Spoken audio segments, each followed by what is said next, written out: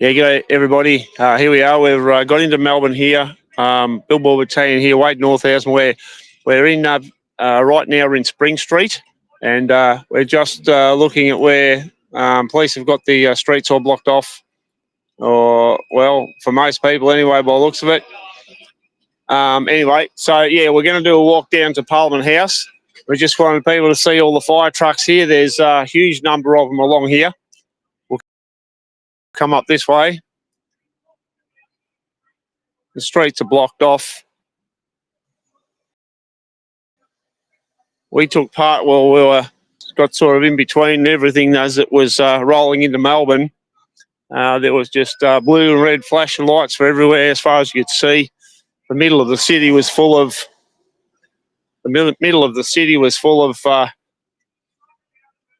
okay, why not? Just don't get run over, Nick.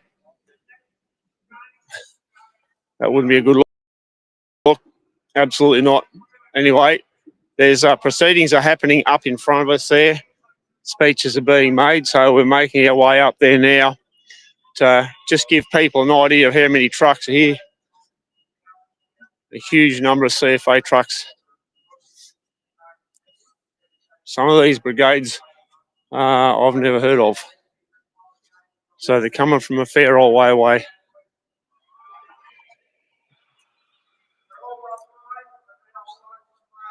Okay, we'll get up there as quick as we can and see if we can hear what's actually happening.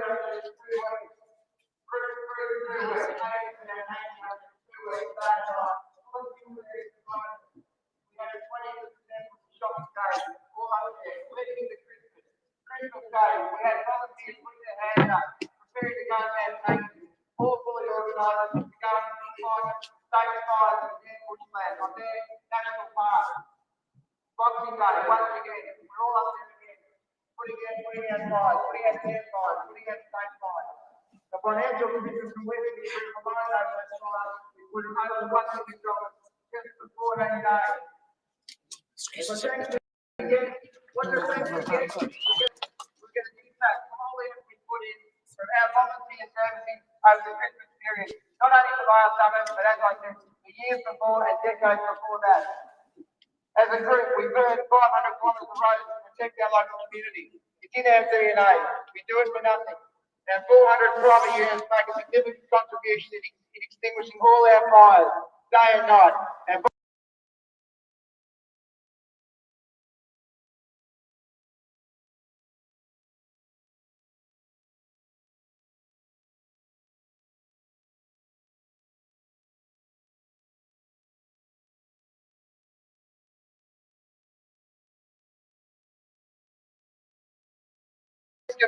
but we're not paying and we're not soft. The government obviously doesn't realise we're the ones putting out their fires. Mount Luber in the Grampians in 2006. Hormonal, B&D, which is the Mount Cole Raglan fire in 2024. As I said, the Yarram Gap fire, 24-25. Wallaby Rocks fire, 25. Little Desert, as John alluded to, 25. All volunteers manning trucks all across the state. Black Saturday in 2009, strike teams from our group, all volunteers, all across the state going to the 2009 Black Saturday fires. I can't see that commitment ever again. All your national park fires that we volunteers have been put out, they spread from the park. More mismanagement. The Grampians has burnt twice now in 18 years, spilling into private country. Aren't the Greens doing a great job too? Nothing learned from 2006, let alone the 2009 Black Saturday fires. Our local Labor MPs, our crossbenchers.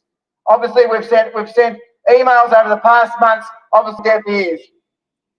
Obviously, they don't have a conscience.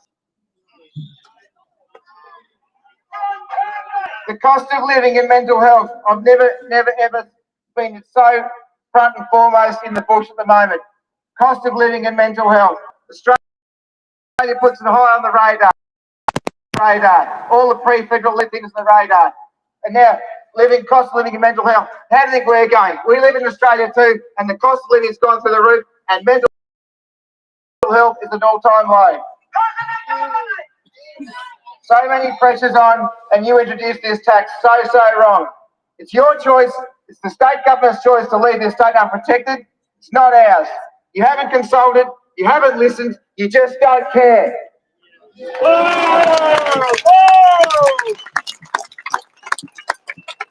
Good luck to Tinder and Jacqueline fighting all these state fires, because you're on your own now. We are all out, just like you'll be next election.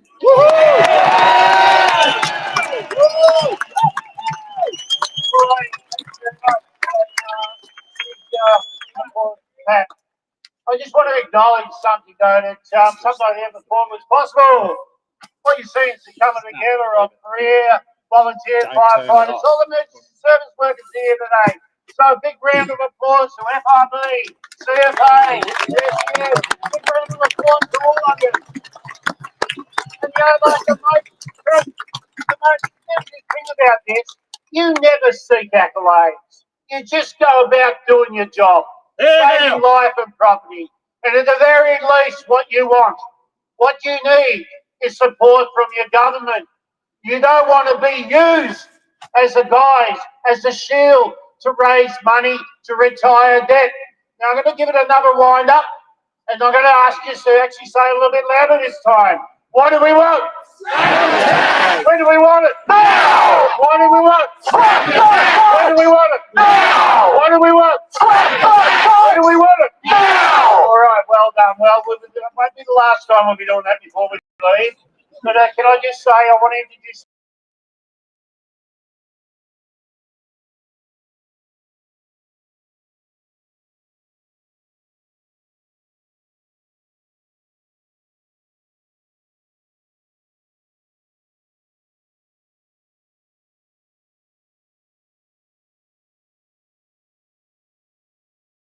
your community. To reiterate Brett's words before, it's been a bloody tough week. I'm a mental health speaker and advocate, and I travel around the state and the country, and it's been really tough. I've had conversations with people that have been, raw, emotional, and at times heartbreaking. It's not only the levy, it's the dry conditions that the rural communities are facing at the moment. You layer these things on top of each other, and that makes a massive impact on the mental health and well-being of Victorians. To read from the report, the NFF report that was released a couple of years ago, impacts on mental health for rural and regional communities stem from a couple of key things. One is feeling undervalued. Two is natural disasters and the cost of financial stress and the cost of living and inflation costs. One farmer dies every 10 days in this country. And if you live in a rural community, you're twice as likely to die from suicide from these stressful events. I'm here today is to make sure that you're looking after yourself. Key words that I tell every week in front of, to make sure that we're communicating with each other, make sure we've got each other's backs. We need to stay connected as a community, because that's the most powerful thing that we've got. And if you are struggling, make sure that you stick your hand up and seek help. It's not something that you do easily, but make sure that you've got the courage to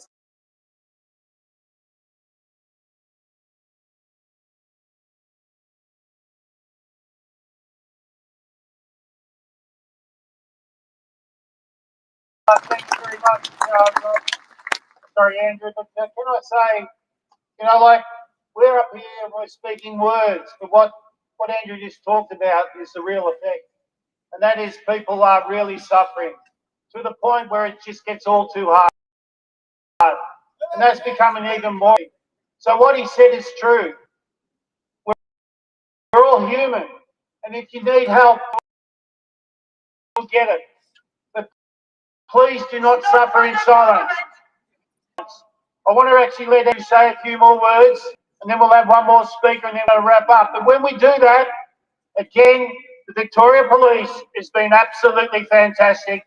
Big round of applause.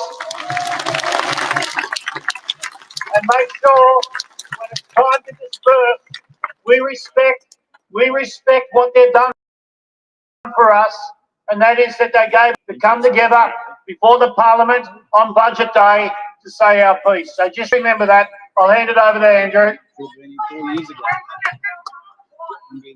Thanks, Peter. Thanks very much.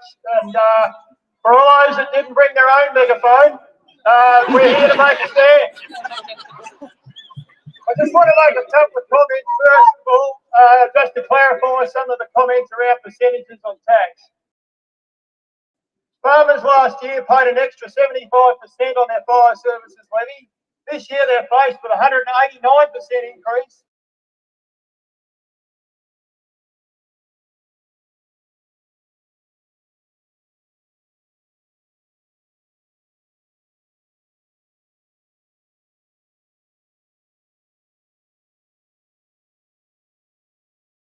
Again, the reality is this government can't handle money. They've shown that. They don't know how to handle money, and now they're using the good name of all the volunteers to put that in front of you, to take the money out of you as an absolute cash grab. It's an absolute bloody disgrace.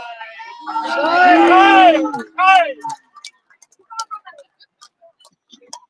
also wanted to make note there is a lot of people, as Peter has said, we've come from all parts of Victoria, all parts of Melbourne also to be here today, to put our voice to the Parliament, to make our voices heard. The reality is there are other rallies happening all around Victoria today as well. Wodonga, I want to shout out to Wodonga, Warrnambool, Southdown and Bendigo.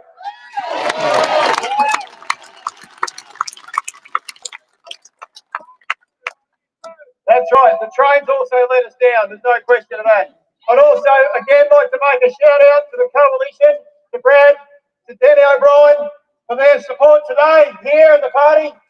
Thank you.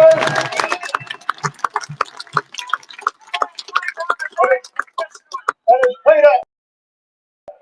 as Peter has also said, the Libertarians who stood up the other night in the party rooms down on the crossbench, we haven't talked about it, but we need to talk about it now.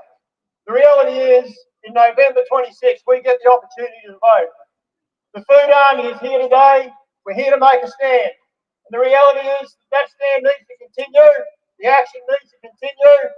We all know those marginal seats that are there. We're going to make a lot more public those marginal seats, and I can tell you we're coming after them.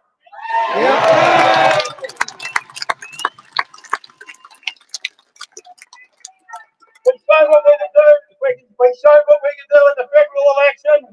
We supported Dan. We supported Andrew. We made it happen. We put it close. We kept one in. We're going to make a bigger stand when it comes to the state. I can tell you. Yeah, and we're here to make a stand. Yeah.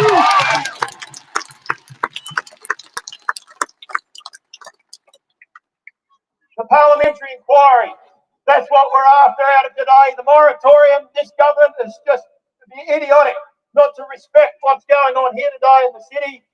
They'll come out with some wish-washy bullshit type statements. They're only a moment drunk. All volunteers get it free. The reality is that's bullshit. The mob of drongos they are. We are the army and we're here to make a stand. Want to make a couple of comments?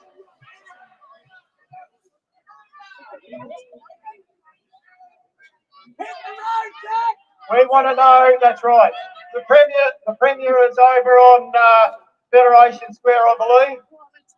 I've had plenty of people saying they're going to walk over there after the rally and say good day. That's right. I think, look, the reality is some action. We've asked for action, and that's what we're hoping to get. So we're going to do that chant again. What do we want? When do we want it? Now! What do we want? When do we want it? Now! The food army is here. The food army is here to stay, and we want action. I'll hand back to Peter.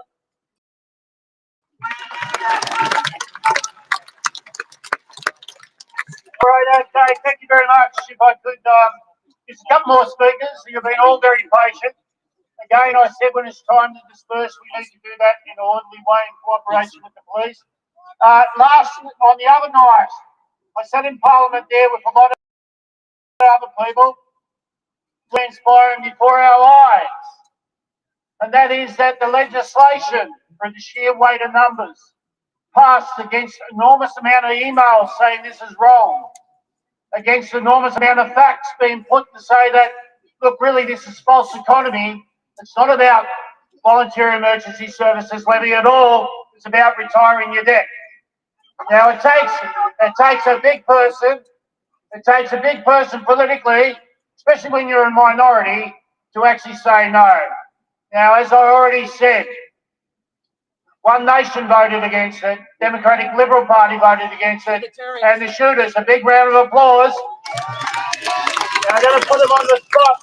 I can get David up for a moment to say a few words if he will, and then I'll get Jeff up to say a few words if he will. I think it's important that we acknowledge that they sat there to 2:30 in the morning trying to vote this thing down. If you make your way up to the stage, that'll be great.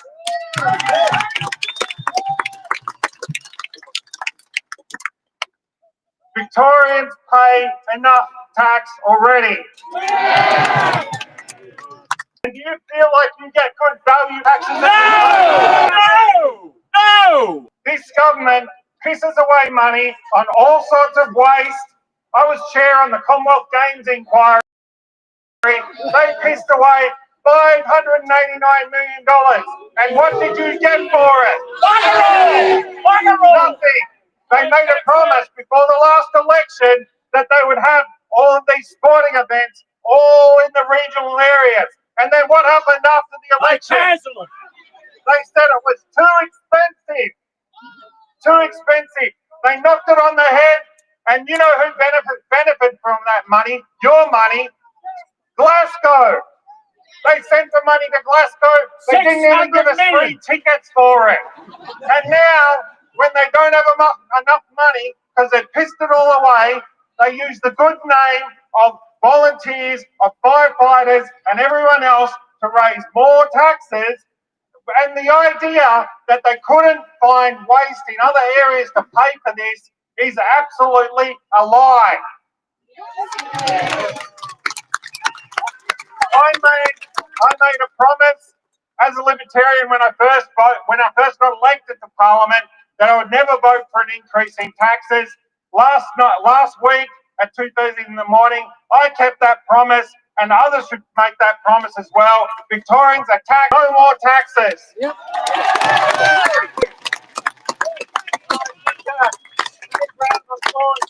David, as I said, it's not easy being a minority party and actually saying no.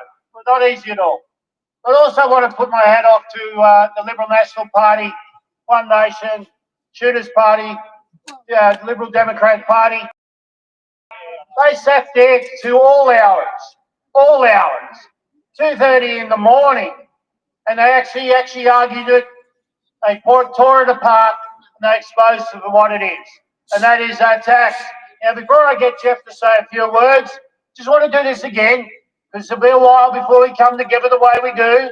Congratulations, survey volunteers, FRV career firefighters, emergency service workers.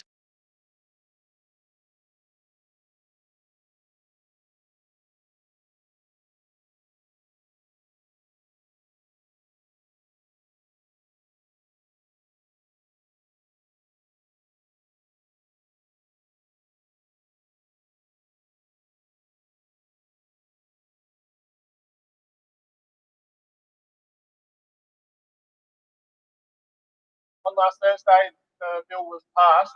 No help to some of the crossbench. And yes, absolute shame.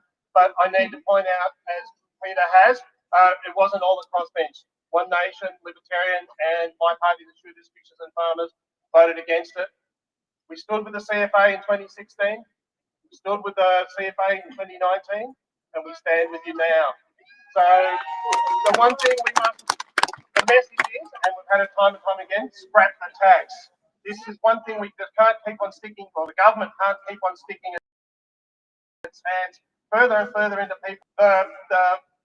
If you invested, say, $7 million in shares, you wouldn't be taxed from this. If you invested $7 million in a farm to feed the state, you will get a tax. It is just so unfair. Enough is enough. Scrap the tax.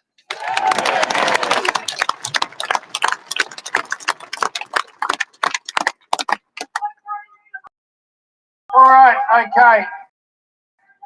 That was a phone call from the government. I was hoping it was a phone call from the government because we all go home. What I want to do is I just want to try and bring it back to where we are again. And indeed, the people that got up at 1 a.m. in the morning, big round of applause to you. Been on the road last night. Those got up at 2 a.m. Big round of applause to you. And then again, 3 a.m. It comes from all around Victoria. Can I say this very clearly?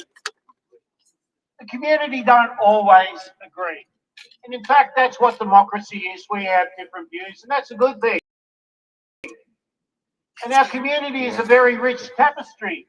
And we have a democracy which we respect. But that rich tapestry, when each and every section of it, whether it be residential, whether it be investors, whether it be commercial, whether it be primary producers are saying something's wrong, doesn't that speak for all the community? Doesn't that mean that rich tapestry has come together to say to the government,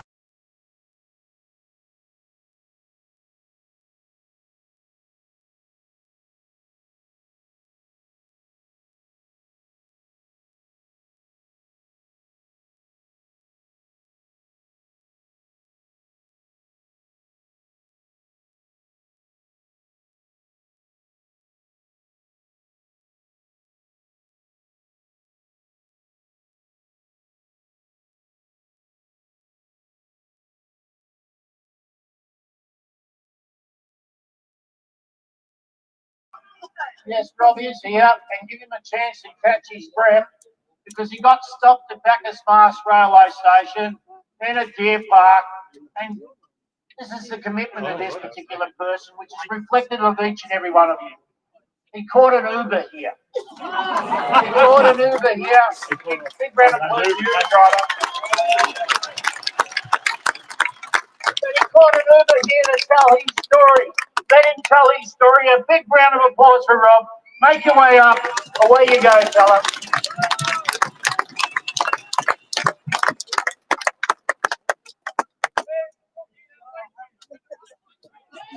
Okay, I'll give him a couple more minutes. He hasn't got his breath back. What do we want? Scrap the tax. Where do we want it? Now. What do we want? Scrap the tax. Where do we want it? Now. What do we want? Scrap the tax. Where do we want it? Now. What do we want it? Now. What do we want? Fire trucks. When do we want it? Now. Get your breath back. Thank God. Thank you. My name is Rob. I'm a farmer and have been in the CFA volunteer for 39 years. I've been fighting this levy from the day it was there.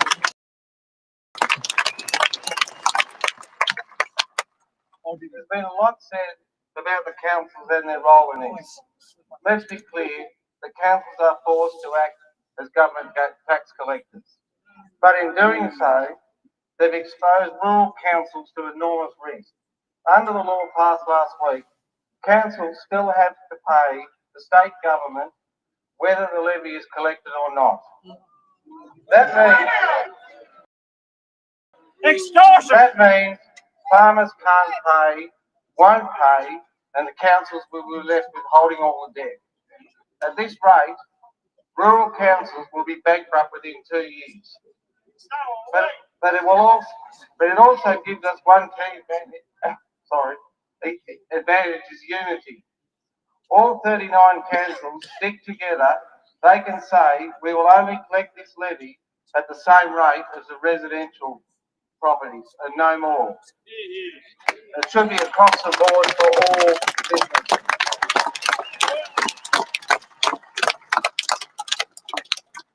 Because what's really going on here, this levy isn't about delivering better emergency services.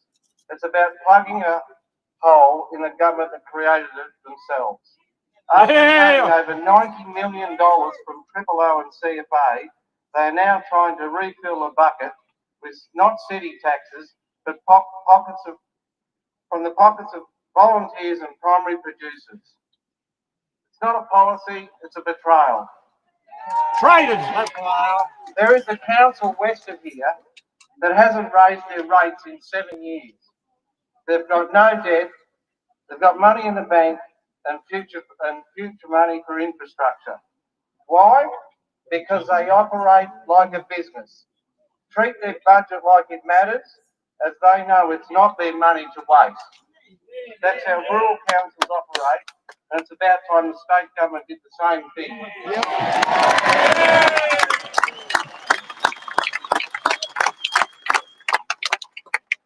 We organised the first rally with Simon Cole, Stuart Robinson and Peter Marshall. We stood on the steps of Parliament and spoke directly to the media. We warned the government, we asked for fairness, but they didn't listen and they just didn't care. Back during COVID, Melbourne was in lockdown. Country Victoria kept the shelves stocked. That wasn't luck, that was farmers, that was the truckies, that was regional resilience. For the first time in my entire life, farmers are truly united as one. We may be only 1% of the population, but we feed 100% of the people.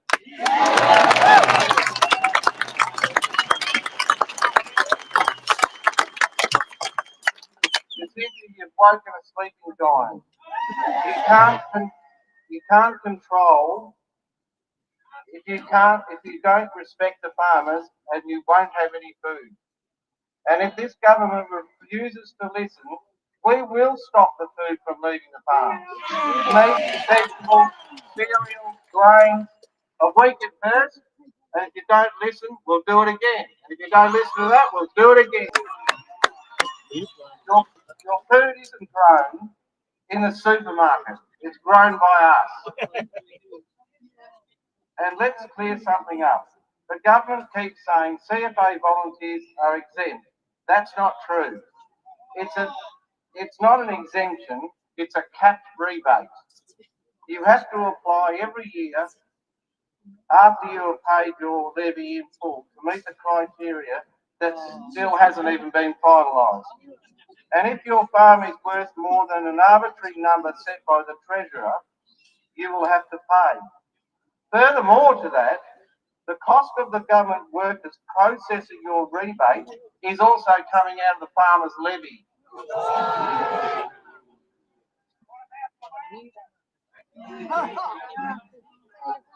that's one farmer's income paying for another government worker to hold down a job. They say we won't be affected, but the truth is we're footing the bill. And we're not just farmers, we're CFA members, we're sports coaches, we're SES, we're volunteers, we're school council chairs and parents.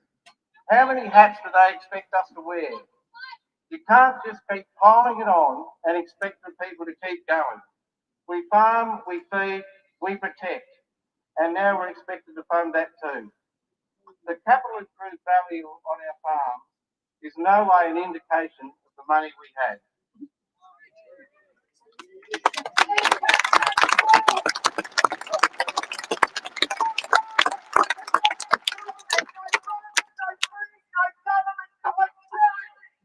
Now, I'd just like to finish on this little story. In February 1969, two fires tore through Victoria, one in Lara and another in a small town called Waipura. A woman by the name of Dorothy Tucker was babysitting 4 kids, 2, 4, 6 and 8 years old. When the fire threatened the family farm, She wrapped the kids up in wet towels, bundled them into an old SJU and tried to drive them to safety. But the smoke was too thick. She hit a tree trying to escape. Dorothy carried those children to the main road on foot. A private firefighting unit, a local volunteer farmer, was out chasing the fire.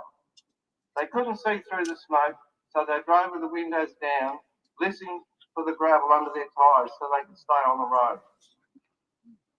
And then the smoke parted just enough and they saw her, huddled over the children. The fire had already passed over them. They were badly burnt.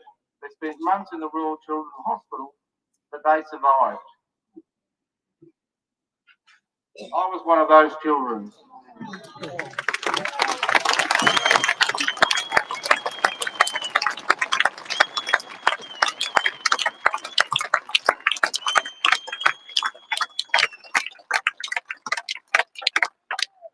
Every time I get a call to go out to a fire, I hear voices in my head telling me not to go, but I go anyway.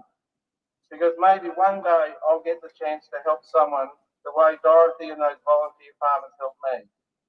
But if the levy had existed back then, many farmers wouldn't have had the money left to buy their own fire equipment.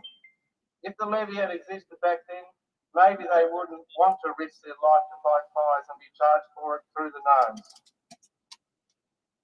Maybe no one would have come to save us. This levy threatens to put everyone in danger in rural Victoria. The ESB does not support farmers. It doesn't support anyone. It punishes us. It taxes us. It taxes the people who show up.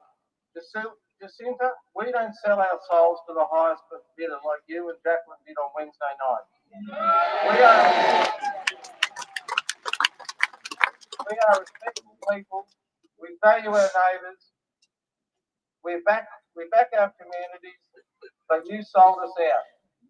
And now we're standing up. You have shown no understanding, no conscience, and can't or won't see the damage you are doing to all Victorian people. If you and your treasure still believe in serving Victorians, you'll listen. I will resign. If not, step aside, because the state government doesn't belong to you. It belongs to the people. Hey, hey, hey.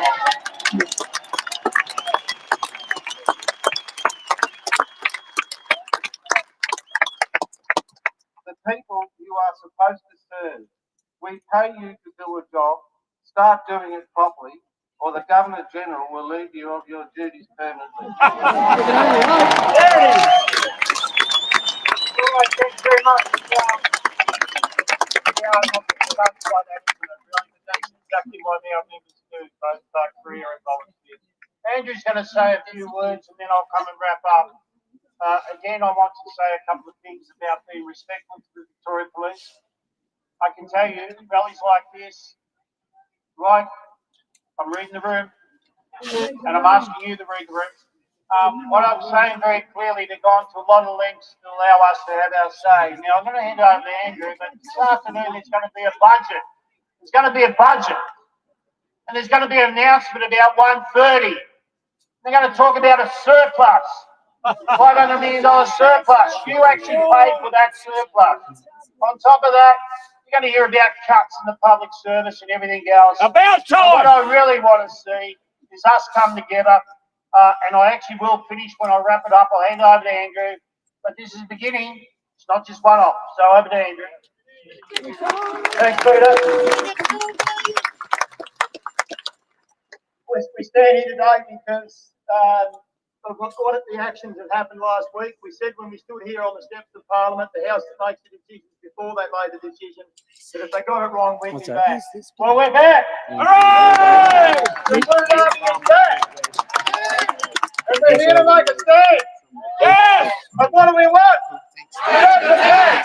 When do we want it? Yeah! What do we want? Yes! When do we want it? Yeah! Exactly. I think everybody that stands here and listening to the story that we've just heard, I was standing here and I was watching the reaction of the big fella here. You made a good rough road, big buddy. I reckon if you were in our team. And it's amazing how we've come together. Uniquely, yes, we have disagreements about things that have gone on in the past, but we stand here together today, united as Victorians, to push against this government. And what we're asking for, the moratorium, the parliamentary inquiry into the effects, and yes, the governor. We had a message from the governor over the weekend from friends of the governor saying we should be marching there today to ask the governor to hand it down. Given the safety of the people, we're not going to do that. But the reality of life is, we can't just wait for this government to make that decision. Firefighters, myself included, volunteer, 45 years, just like so many here. There's been so many stories that have been told to me over the last 5 or 6 days trying to organise this event about captains. Louis Brannan from Corac, 45 years, captain. He's standing down today. He's left his hat here on the steps of Parliament. And I know there's 2 or 3 other captains that don't do the same. It's a shame because that is experience that we cannot afford to lose. We cannot afford to lose that experience. The stories of Rob, his life was saved by a volunteer, just like Louis Brennan. And that's what we can't afford to lose. But what we have to do to support the coalition as we walk towards November 26th to change the bullshit regime we're under at the moment, we have to stick together. And as firefighters standing down, we stick together. We stick together. And we have to stick together. The short jab that Jacqueline Symes made the other night in Parliament that they'll still do it. Well, the reality is we won't do it. No more fighting in the parks and ranges. What's going to happen this next summer when we're not there to support? Already they're trying to find scapegoats in other states to come in and fill your positions. What a load of crap that is. Fix your own position would be my answer, not the one you're trying to put in and impose on us. I was handed a present here before to hand to the Premier from the Rutherford family. It's a parcel of bullshit. I was asked to present that to the Premier, so I'm not sure how we're going to do that, but that's for the Premier. Hooray! We stand under one flag. A few other things. This government was brought into power, the Andrews government, in 2012. God help us. 54 new taxes have been imposed on the Victorian people. And 62 now, goodness me, 62 new taxes have been imposed on the Victorian people since this government's come to power. No more new taxes from this government forward, from this day forward, should occur. Because we're standing down till the Allen government stands down.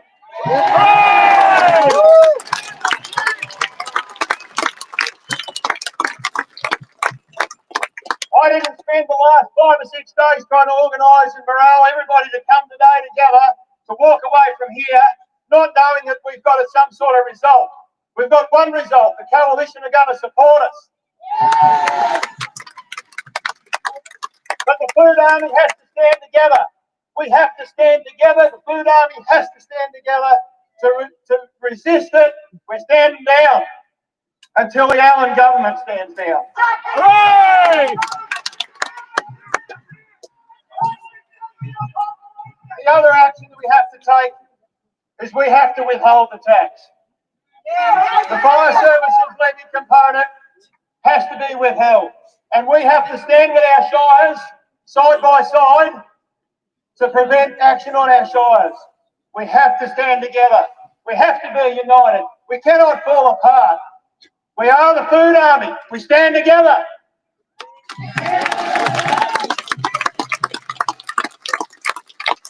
And what do we want? When do we want it? Now! What do we want? When do we want it? Now! Exactly. Lastly, I want to say a big thank you to Peter, his team. We want to say another big thank you to the police. We know how much pressure we've been under to make this happen, and for them as well. The safety of everybody is an absolute paramount. Please be careful when you leave here today. Make sure that it's safe. Look out for your mates, as we know we would. That's why we're volunteers. Thanks, Peter. Thanks to you and your team.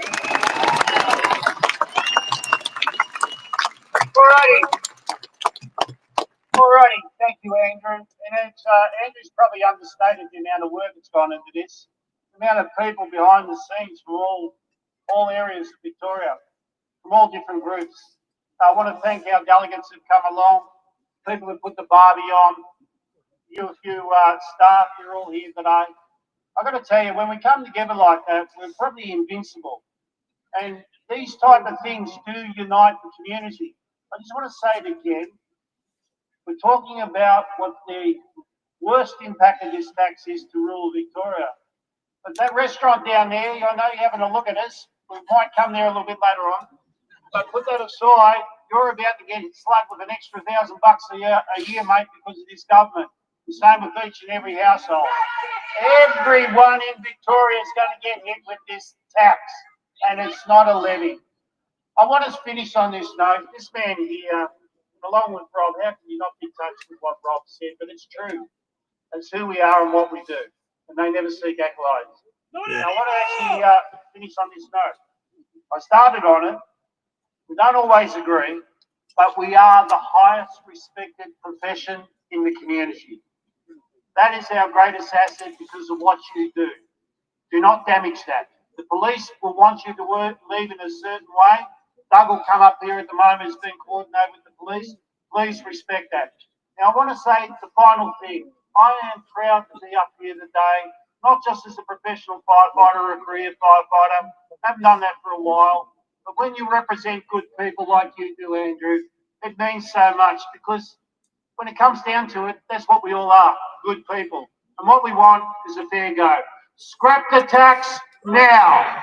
What do we want? Scrap the tax. When do we want it? Now. What do we want? Scrap the tax. When do we want it? Now. Well done, everyone. Doug's got to say a few words, and please listen to him.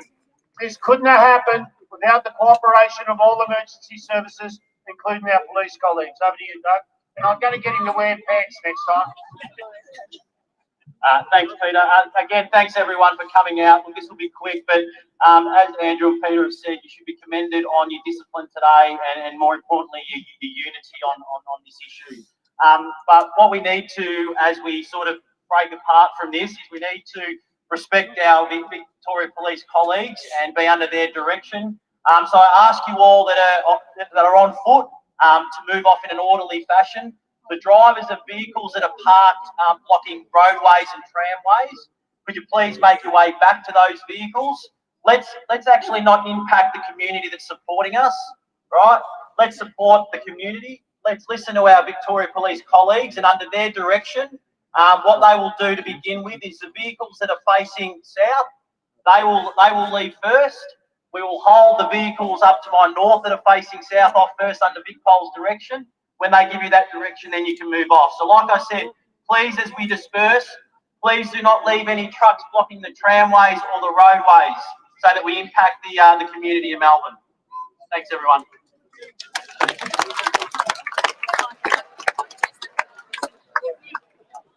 I'm raising my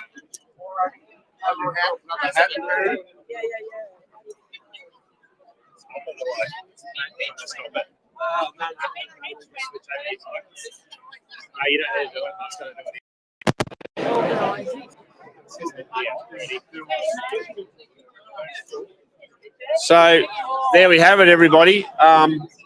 This has been a massive rally here. There's huge numbers. It'd have to be possibly 2,000, 2,500 people here, I would estimate, just by looking. Doing a bit of a rough head count.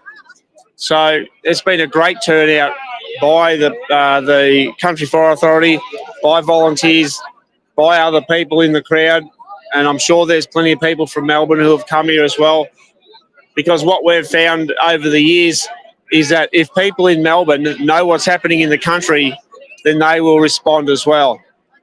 And I was pretty sure they'll certainly respond when they get their rates notice and they find out that, thank you, when they find out that their rates are going to go through the roof, and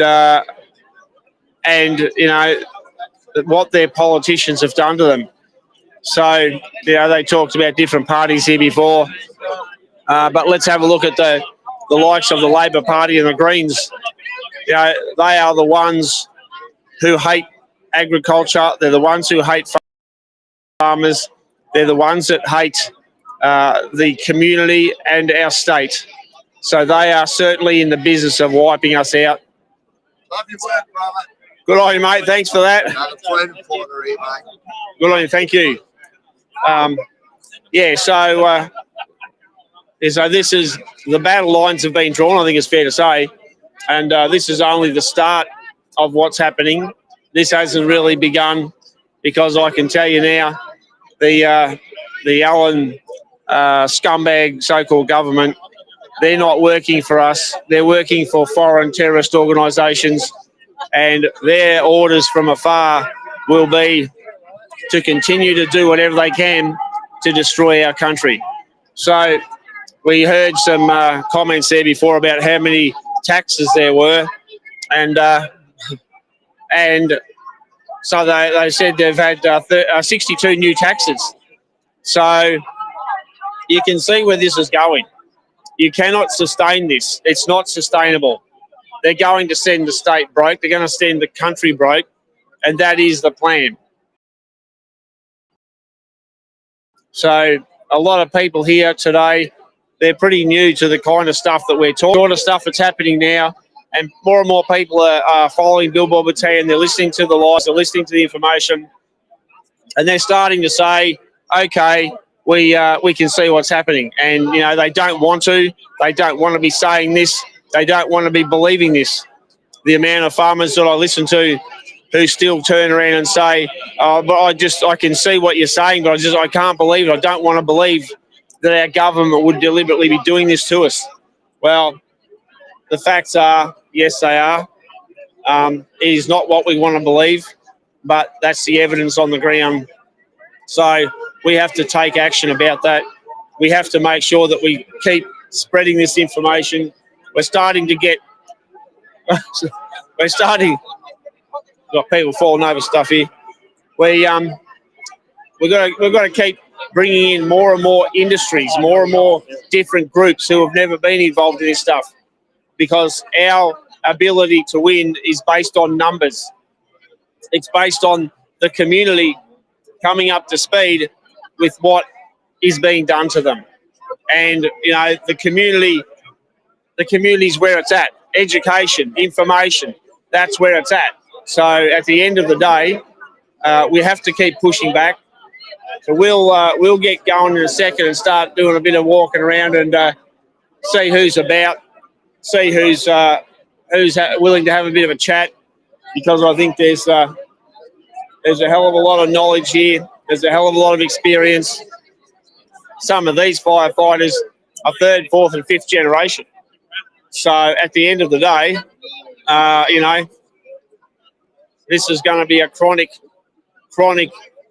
disaster if we see so many of these people just pull out of this, pull out of the volunteers, pull out of the fire brigades.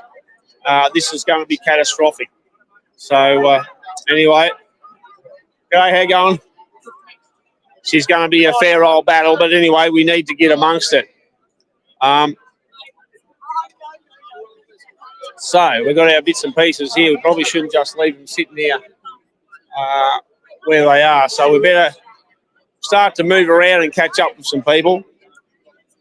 But we better get someone to look after our bits and pieces. All right, might just grab a few of these, Nick, and go for a bit of a look, eh?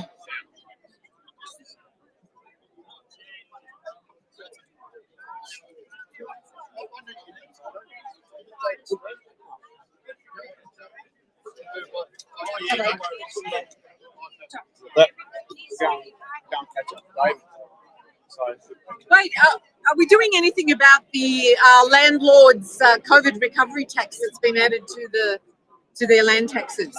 So I think that if you look at any of the taxes they do, it's a part of the disaster that they created Yes. with COVID, and that was designed to do that, designed to send the state broke and the country broke. Yes, but they put it just on landlords. It's very discriminatory. For example, I have a holiday home in Rosebud. Yep. The normal land tax is about $500, but the COVID recovery is $1,500. So it's 3 times the land tax. But they've bundled it all in together, so you can't even separate it. But I have written to the tax department, and I said, it's not itemised. I've paid the land tax component, the $500, but I'm not paying the COVID recovery. Why should the landlords be discriminated against when we actually helped tenants and gave them COVID relief? We got no benefits from the government. So I haven't heard of that landlord's COVID tax. Oh, you haven't? No, I haven't heard of that one. But that must be one of the 62 new taxes that they're talking about there. But yeah, look, I think that they're starting to pick out small groups of people. that's what they've done. They're actually discriminating Yes. on a very small group and expecting us to cover the entire COVID recovery tax. Well, this is something we might go and talk to a few of these politicians about if we can catch up with them and say definitely. what the hell's going on with this other thing. Yeah. Because as we sort of go along, we start to realise there's just more and more tax. People can't afford it. And the irony of it is that over the last 30 years, they have destroyed industry, they've destroyed production so that the country has no money. Well, it's a deliberate globalist agenda. It's much bigger than what we're seeing here in Victoria. But Victoria is like a trial state. Most certainly. And they're doing it here rather than putting it on the entire nation from the beginning. They just want to see how it goes here. So we have to fight back. So your portion of your tax that's being put on landlords is an additional 200%.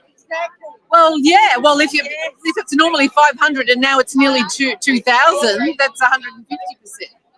Well, yeah, a bit more than that actually. Yeah. I was talking to. I sent an email. What, can I have your email address and I'll send you a copy of what I sent to the tax department. Absolutely. So. You have a card? No. Billboard Battalion. Yep. And you work with the CFA? That's us. Oh, okay. Well, all right. Well, yes. we don't specifically work with CFA. We work with lots and lots of different groups. But I'm an ex-brigade captain. I joined the Country Fire Authority when I was 15. Right. And been proud. Yeah, it's a very proud profession. I mean, you guys are just amazing. So compassionate. When we turn out, you never know what you're going to find, but people only ring you. Mate, well done. What you're doing, really well done. Good on you, mate. Thanks for that. Thank you. And you too, mate.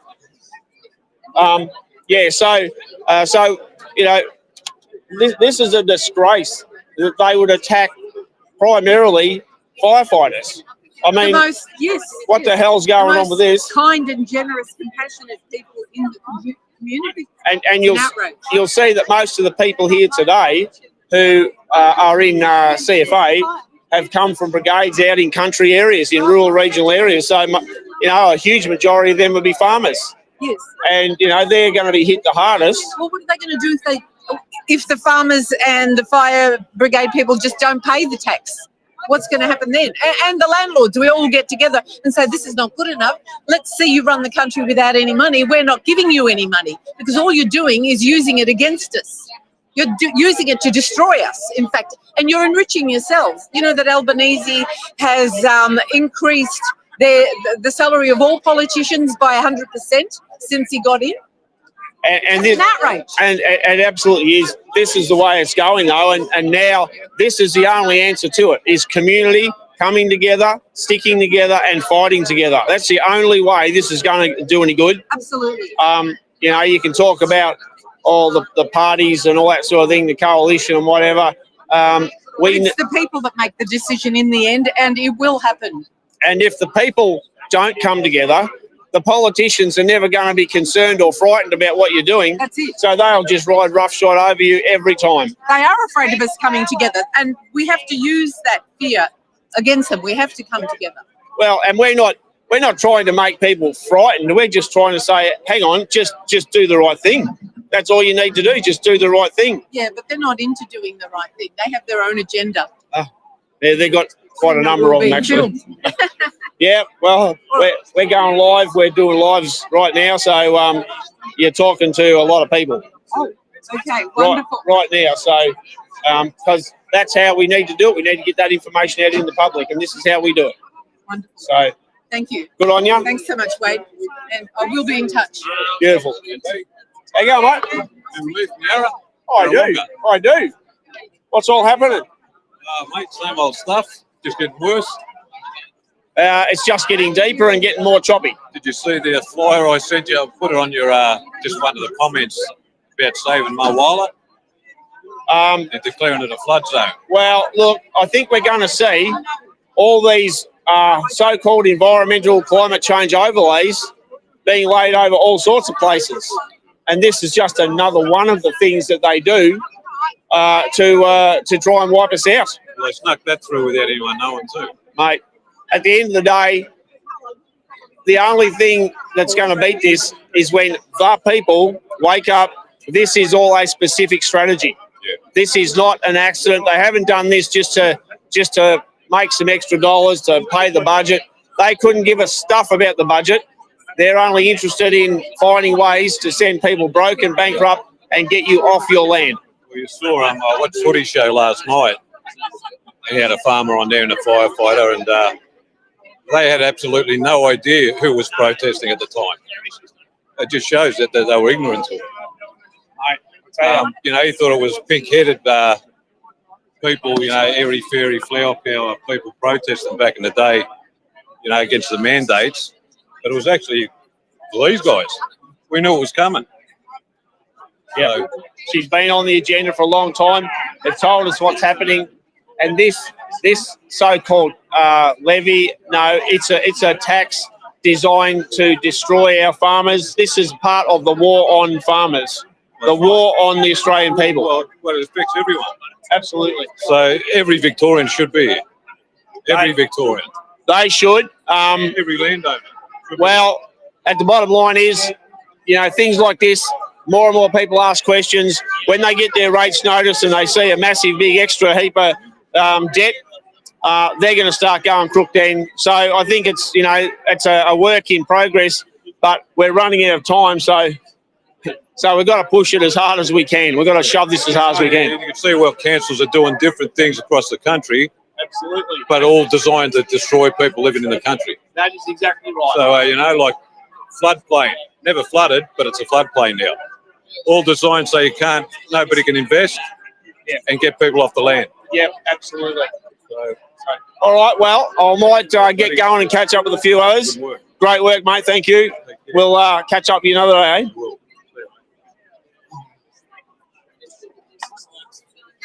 Oh, how are you? We're the good 832. I know. Well, no, we're still alive and kicking, mate, and it does irritate some people. I think the 832's dying. They're How are you dying. going?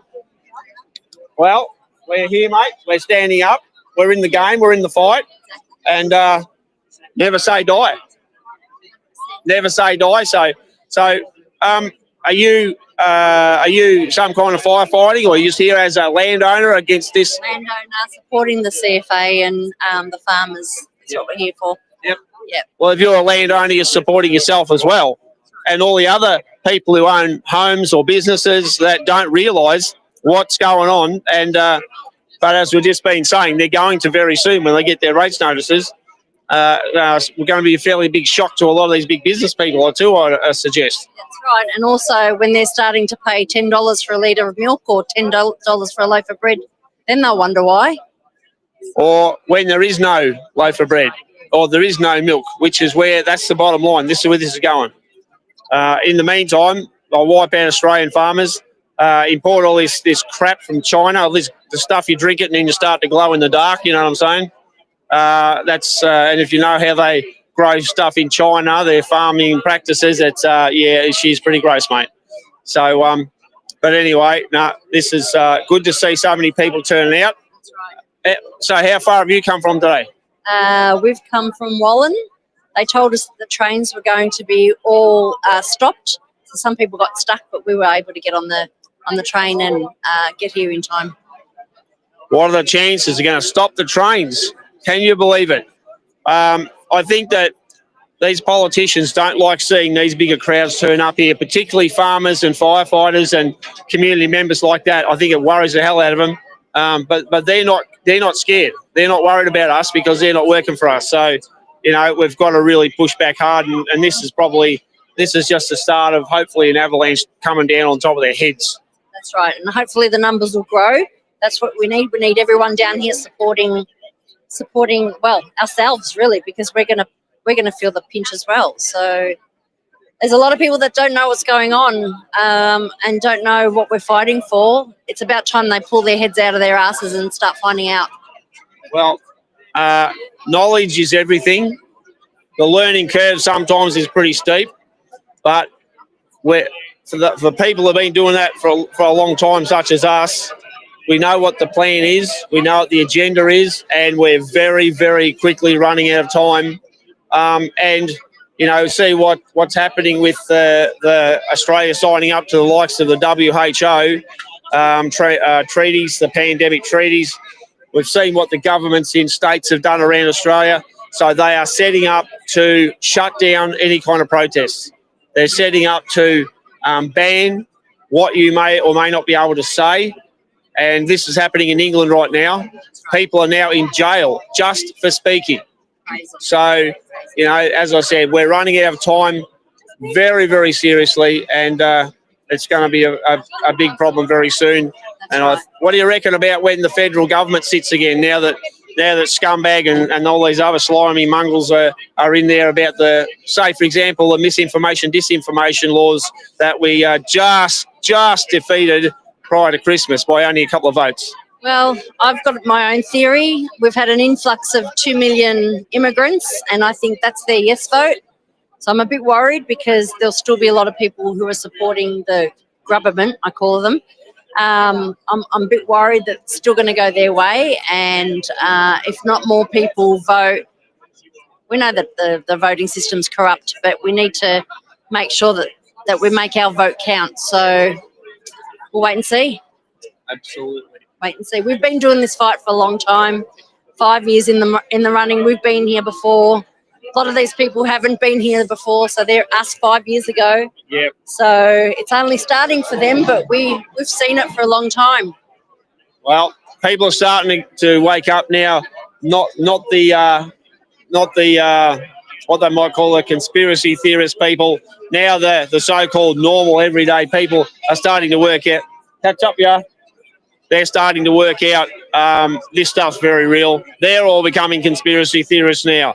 So welcome aboard. You know, like any time today, it'll be fine. Like just take your time. It's okay. We've got no. So, No problem. all right. Lovely to see you again, Wade. You take care. All right. Thank you very much. Catch up with you later. See ya. How you going? Good. I have been using my voice and my smarts and everything I learned from the Truth Movement to get in amongst these people and start with some soft disclosure. So what we've got here is a QR code that takes you to a website that's called the Big Land Grab. On the Big Land Grab, there's a whole lot of information about a lot of the issues close to your heart, but a lot of the general activities that have been going on that are unscrupulous. Yep. But what this does is it starts to open people's eyes to the bigger agendas, the stuff that we know about, Yep. that these guys are only just waking up to. What Yep. we have is the biggest opportunity. These people are ripe and ready for the real truth. I mean, they're having a rude awakening at the moment. They're realising the government's not their friend, which we knew about this a long, long time ago. Absolutely. And these people are ready to be taken through the gentle red pilling process that each of us that have been through the hardship of the last 4 years, let alone the last 10 or 20 years, has the capacity to very gently introduce to these people. Oh, have you thought about this? Have you thought about that? Did you know about this? Did you know about that? How about those poor people getting slugged with that? Did you know how they do this, how they do that? These people ready.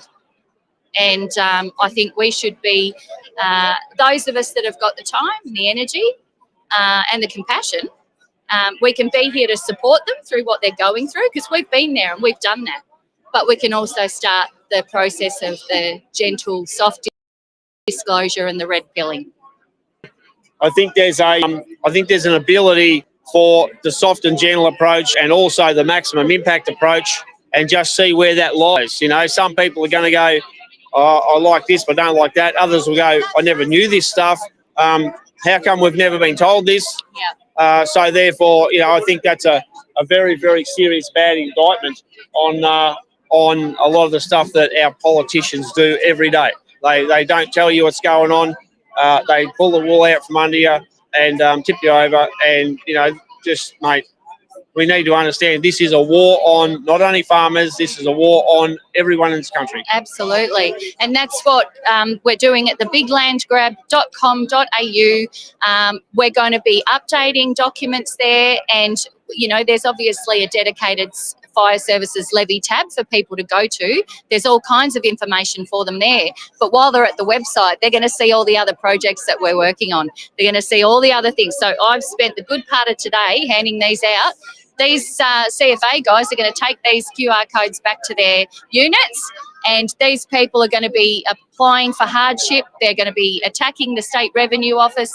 They're going to be emailing their local government offices. They're going to be sending off these letters that have been drafted by barristers pointing out all of the legislation that the government is currently trampling all over, and gently introducing these people to their lawful rights. We all know about the difference between legal and lawful, but these people are going to start realising that they have lawful rights that they never knew they had. And we all know if we don't know what our rights are, we don't have any. All right. Well, that's great. And are you getting plenty of these out? I've gotten every single, I've printed off 50, and I've also done laminated ones, which about 20 different CFA units are taking back to their units. Beautiful. So everybody will be able to scan the QR code. But I encourage everybody to go to the biglandgrab.com.au, register on there, have a look at the information that's on there. If you want to get involved, you can. But this is how we can all contribute. Beautiful. All right. Well done. Thanks for Wade. coming. And I dare say we might catch up with you again at another one soon. Absolutely. Thanks, All right, Wade. Thanks for catch all up. you do. Catch up with you later. Hi Wade, how you going? How you going, mate? How you doing? We've just got the mayor over here, ex-mayor, and they want to talk about their farm issues that's going on. Mayor of. I'll let you introduce them. Well, okay, we'll walk this way slowly. I'll just catch up this bloke for 2 seconds. Yeah, did you want to say something quickly, mate? I just want to catch up with these people here as well. I'm looking for you. I was asking you for Amber. Well, ask and we deliver. Look, how good does it get? Here's that. God is with us. Here's Amber. I'll just duck over and okay, I'll be back soon. So everything good? We're getting there, mate. We're getting there. So, g'day. How you going? These lovely ladies. Yep. This is outside from our stopovers towers. So we've jumped on again. That is an understatement, an absolute understatement. There you go, Nick. We get that sign up there because, like, I know this is supposed to be about the fire rip-off, the fire attack, but these things, you can't hold them down. They're everywhere. They're in the community. They're all over the place. This is what it's about. And, you know, like we talk to a lot of the people here and say, well, a lot of the new people coming on board who are just waking up, they need to understand that this is only a part of an overall strategy, an overall plan to send them broke, to get everybody off land so no one owns land, and to destroy them one way or another. So you're here you've been pushing this. For the last 5 years, we've been pushing this. So Western Renewables Link, area like the VNI Link and things like that, a lot of farmers are joining the fight. So yeah, 5 years later, we're all exhausted. I'm from the Moorabool Shire Council. Loretta is one of our residents. And, you know, if we don't fight, we're not going to be heard. And so today, just being here today, and especially myself on council, trying to work out how do we help. It's not just about the farmers; it's about everybody. 3/4 of the state have not woken up to what's happening. If I didn't live in your area, I wouldn't know about this. Well, And we've been living and breathing it and fighting it for 5 years, and no one's listening. well, I think it's going to bring a lot of the councils and councillors into the battle now. They can't ignore this anymore because Jacinta Scumbag has put the councils in an incredibly precarious position, which, once again, this is not by accident. We've seen some of the councillors now. I've been talking to councillors and council CEOs recently, and they're going to be left holding the baby.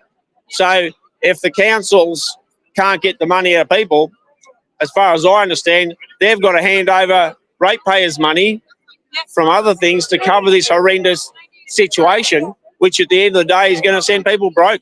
Yeah, there's so many topics going on in council at the moment. The drought relief is one big topic, and how do we help our farmers and our residents, and also the cost of living, is also is statewide. But how does we, as shires, we need to come together. We need to connect and talk and listen and agree on how we're going to fight this. There's been lots of different things on the table, so I think it's daily at the moment in councils talking about this issue. So, Ali, you're from Moorabool, right? Yep. I'm led to believe that councils are now actually starting to coordinate some kind of an effort. Yeah, there are council groups, like we're in the Ballarat Alliance of Councils. So, all the shires around Ballarat come together and have meetings to fight on issues that relate to all of our shires, which is good. And that has to happen. So there's areas all over the state that have groups like that. But all those groups need to come together to say, okay, this is what we're all going to do. And it's all great to stand here today, but where's everyone else? Where is the rest of the state? That's what I'm stressed about. Welcome to our world, really. I mean, I can't tell you how many times that I've been here. In 2010, it may have been. Now, I led a convoy down from all across northern Victoria of irrigators to this very spot. We had 1,000 utes right here in this, right as where we stand now. In 2010, fighting back against the Murray-Darling Basin Plan, the North-South Pipeline. So, this is nothing new. But what I think is happening is we're starting to see more people being affected. So all of a sudden they're going, oh, hang on. And, and we're getting a few shire councillors and a few bureaucrats and a few other people now who are coming on board going, hang on, this is crap. And so hopefully what we've seen now is the start of a really big push to get the entire community up to speed and on their feet. I truly believe that in July, when people get their race notices, that's when we're going to get a lot more people jump on board, and then we're going to turn around and say, where the hell have you been? It's factual, like it's going to happen.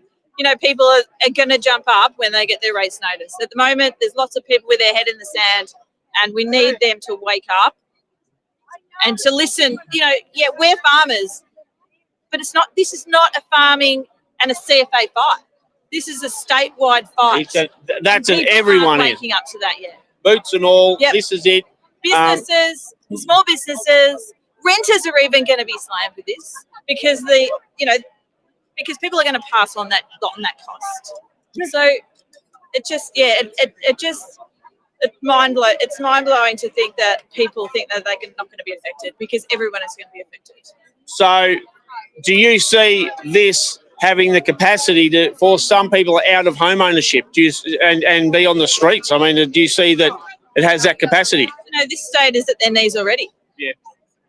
So what's next? Yes. And we've seen it today. There's so many people that are angry. We're seeing it daily. We're seeing it daily. What more can happen? This government's destroying this state, and that's yeah. And because because the majority is in Melbourne, we're always going to have to be louder in the regional and rural areas, and it's just it's always unfair. It's always that space where we're not listened to as much, and we don't have the manpower. Well, Billboard Battalion, over the years, we've done a lot of work in metropolitan areas. We've presented a lot in Melbourne. We've presented in Sydney, and metropolitan people are happy to back country people if they are aware of the issues. So, and I think we have the making now of a situation where the city people are going to be affected. So I think there's a great opportunity to join country and metropolitan, because the politician's greatest skill level is to divide people, create warring factions and warring sides. That's a politician's specialty. Divide and conquer. Yes, divide and conquer, and we've seen that recently. But and I was saying this morning, I saw this temporary Facebook picture to put up on your page, and it said, "We're with the CFA," and it's like, of course we're with the CFA, of course we are, but I don't think these people realise when they put it up on their social media that it's affecting them as well. It's not just one small group. Yes. But and it's a joke that we're in Volunteers Week of all weeks. It's quite a slap in the face for volunteers. Absolutely. All right. Well, look, thanks for that. Do you got a card or something like that? Because we're going to be doing a lot more work in this space, so yeah, good on you. Thanks for that. All right, Ali. We'll catch you in the soup, eh? Keep up the battle, mate. No. I don't get a speaking gig at many of these kind of things. So wrong. Hey? It's so wrong. We're for the people. And you're for the people. Well, that's it. But I mean, having said that, the blokes that were standing up there, they've done a good job. Yeah, they did a good job. They've run a pretty good show. Yeah. And at relatively short notice. Yeah, it was good. And to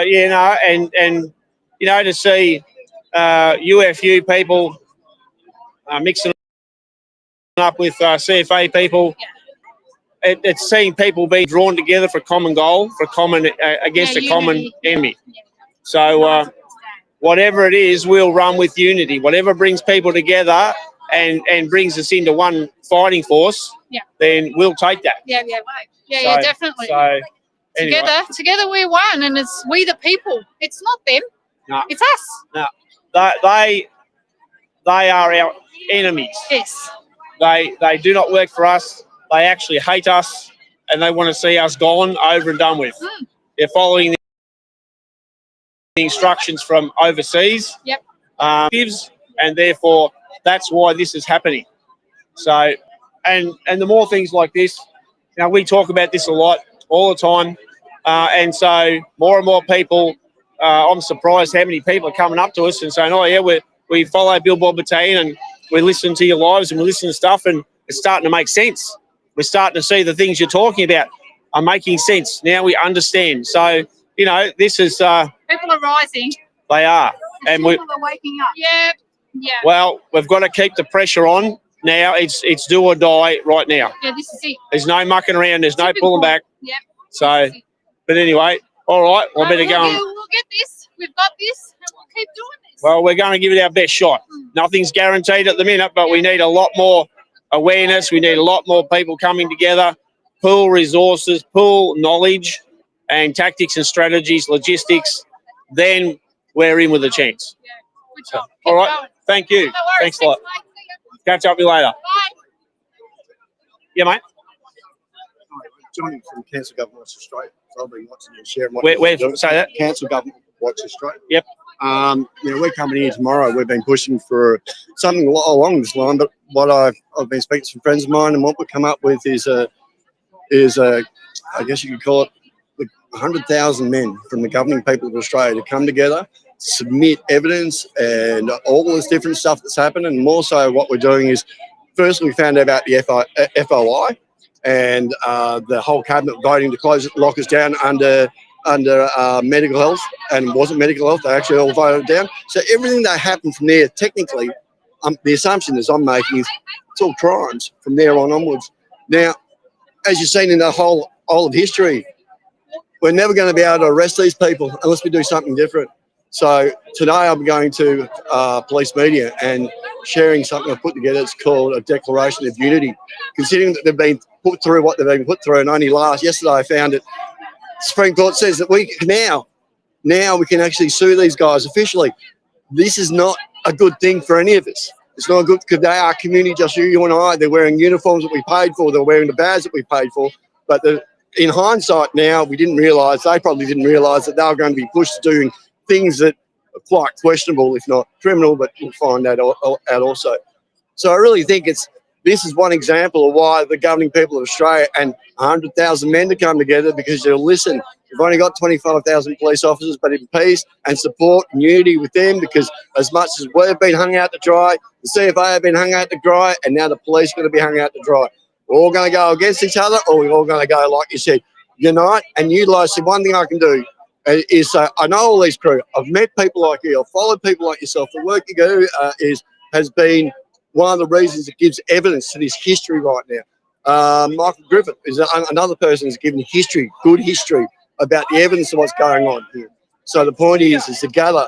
I want to speak to the police meeting and honestly, boldly ask them to bring out on the 26th and the 29th, when they sit, to bring out a caravan so people can come up and start submitting all the different evidence, affidavits, stories about what they had to go through, what they lost, the friends they lost, all that sort of stuff. And we need the police there to recognise and submit it.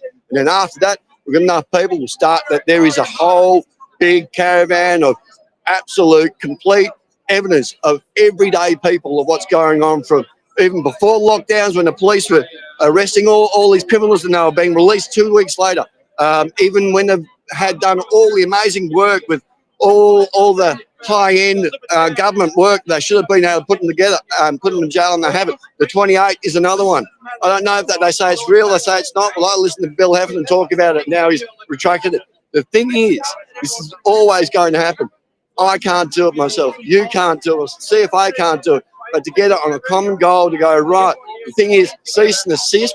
Labor and Liberal government are, obviously, we all know there's some big questions. So either a cease and assist and deal with this issue before you move forward. We do have the National Party. We do have independents. It's good enough to run this country anyway for the moment. We do need to stand up and say enough's enough. It seems to be a criminal organisation.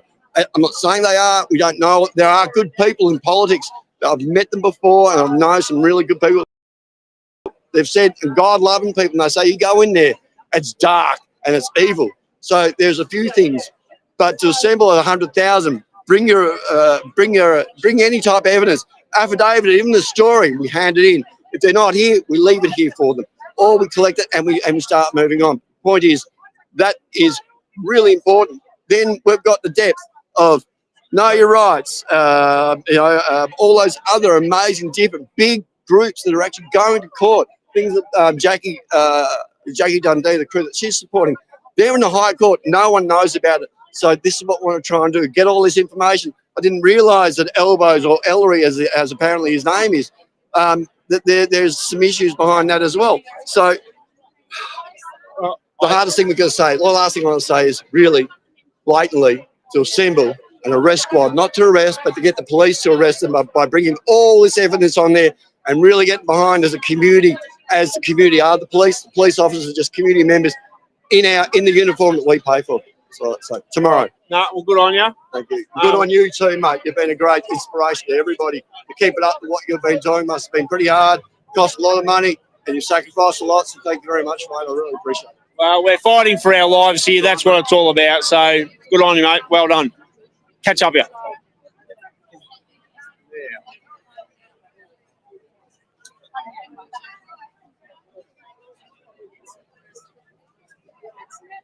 So as you can see, we've got a pretty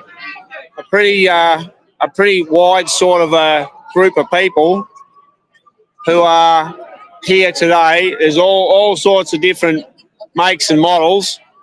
How are you? Oh, well. That's the spirit. I just want to go and catch up with a couple of people before they clear off. And I'll no worries. I won't. I won't be too. I won't be too long. So, oh, you're off and running. Right. No worries. Hello. I want to talk to you. I didn't break it. So you're live right now. Oh, really? Yes. Oh, So all right. I just want to catch up with a couple of people here, Jackie. First, are you going to be hanging about for a bit? Yep. Okay. Right. Well, we'll catch up with you, mate, and go from there, eh? Yeah. You We've do. got to take it. I'm going to talk with Andrew. The matter needs to go into the High Court. Yep. Yep. We're about to lodge about the land tax in the High Court. Okay. Well, I'll do They need this. to do the same with this. Well, let's chuck a bit of water out there. So, yeah, don't want to do that. Now,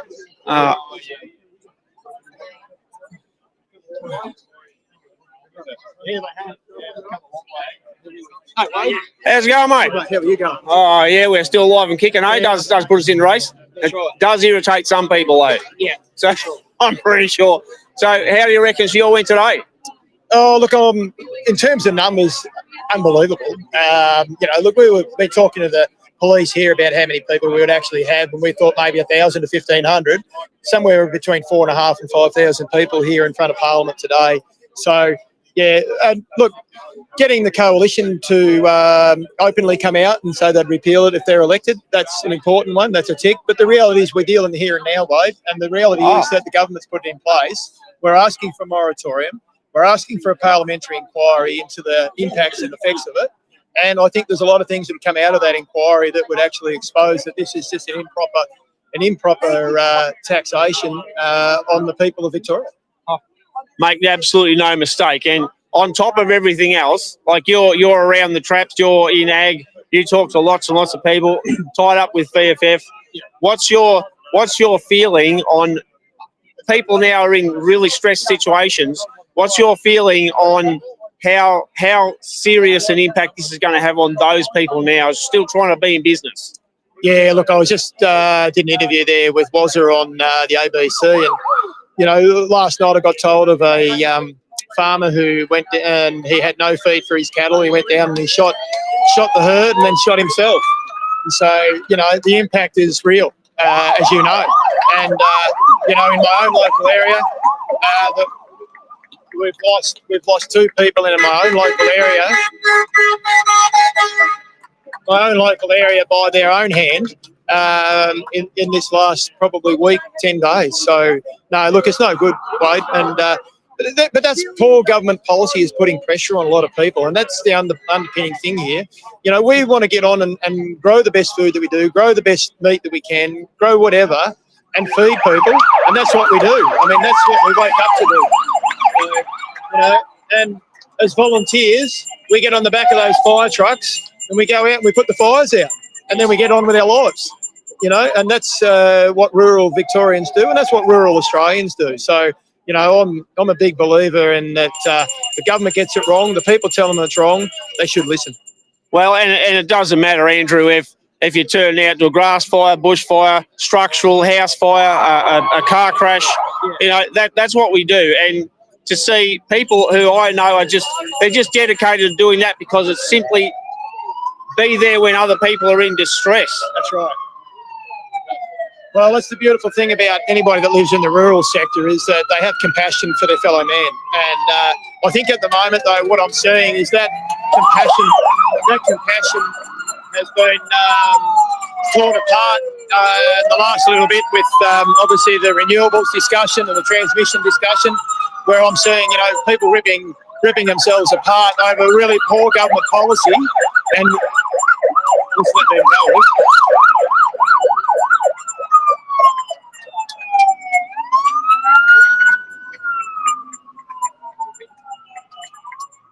All these people have come such a long way. I mean, some of these people left this morning at 2:30 in the morning to get in here this morning.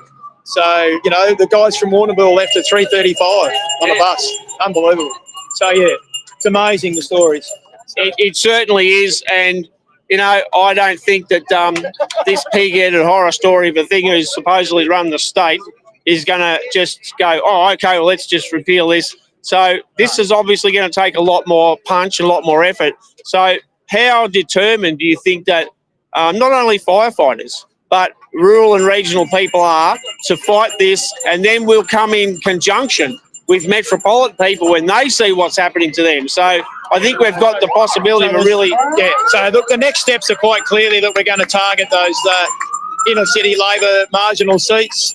We're going to target those that have voted in favour of this, and that's quite clear. And we're working with United Firefighters Union in that process. So, and others are joining. So, you know, there are other unions here in Melbourne that have shown interest in coming on board with what we're saying. And so I think that that's the first time that you've got the Food Army coming together with the City Army and working together to try and recreate and rebuild Victoria. Because I can tell you right now, Victoria is at probably one of the lowest ebbs it's ever been in the history of Victoria. And we need to get it back up on track. I mean, we are a state that produces, from 4%, we produce 25% of the output of produce here in Australia, of the GDP. 14% of that is exported from Victoria, and we only do it on 1.5% of the land mass, and that's an amazing effort. So just think about that. And that's why we can't lose any of that valuable country to any of these other new ideas that they're coming up with at the moment. Absolutely. All right, no worries. Thanks a lot for that, Andrew. I dare say we'll catch up again. You too, mate. All righty, so that was Andrew Wiedemann, who was one of the main organisers of everything that's happening here. Known Andrew for a fair while now, and, you know, no, you're right, mate, no problem. Hey, what's your sign got on that? Okay, so you're from Mansfield? From the council, yeah. Yeah, I'm a councillor. What? Yeah. Okay, we might need an ambo in a minute for Nick here.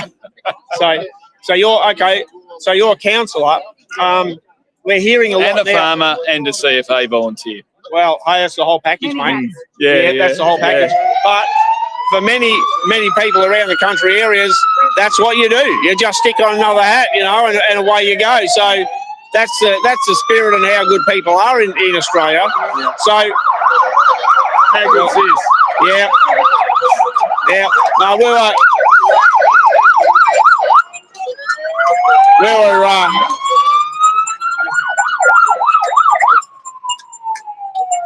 were talking to Simon when we were coming down this morning. Met up with them at Calder Park at the truck stop there. Yeah. We set off with them. Yeah. We should just say nothing for a second.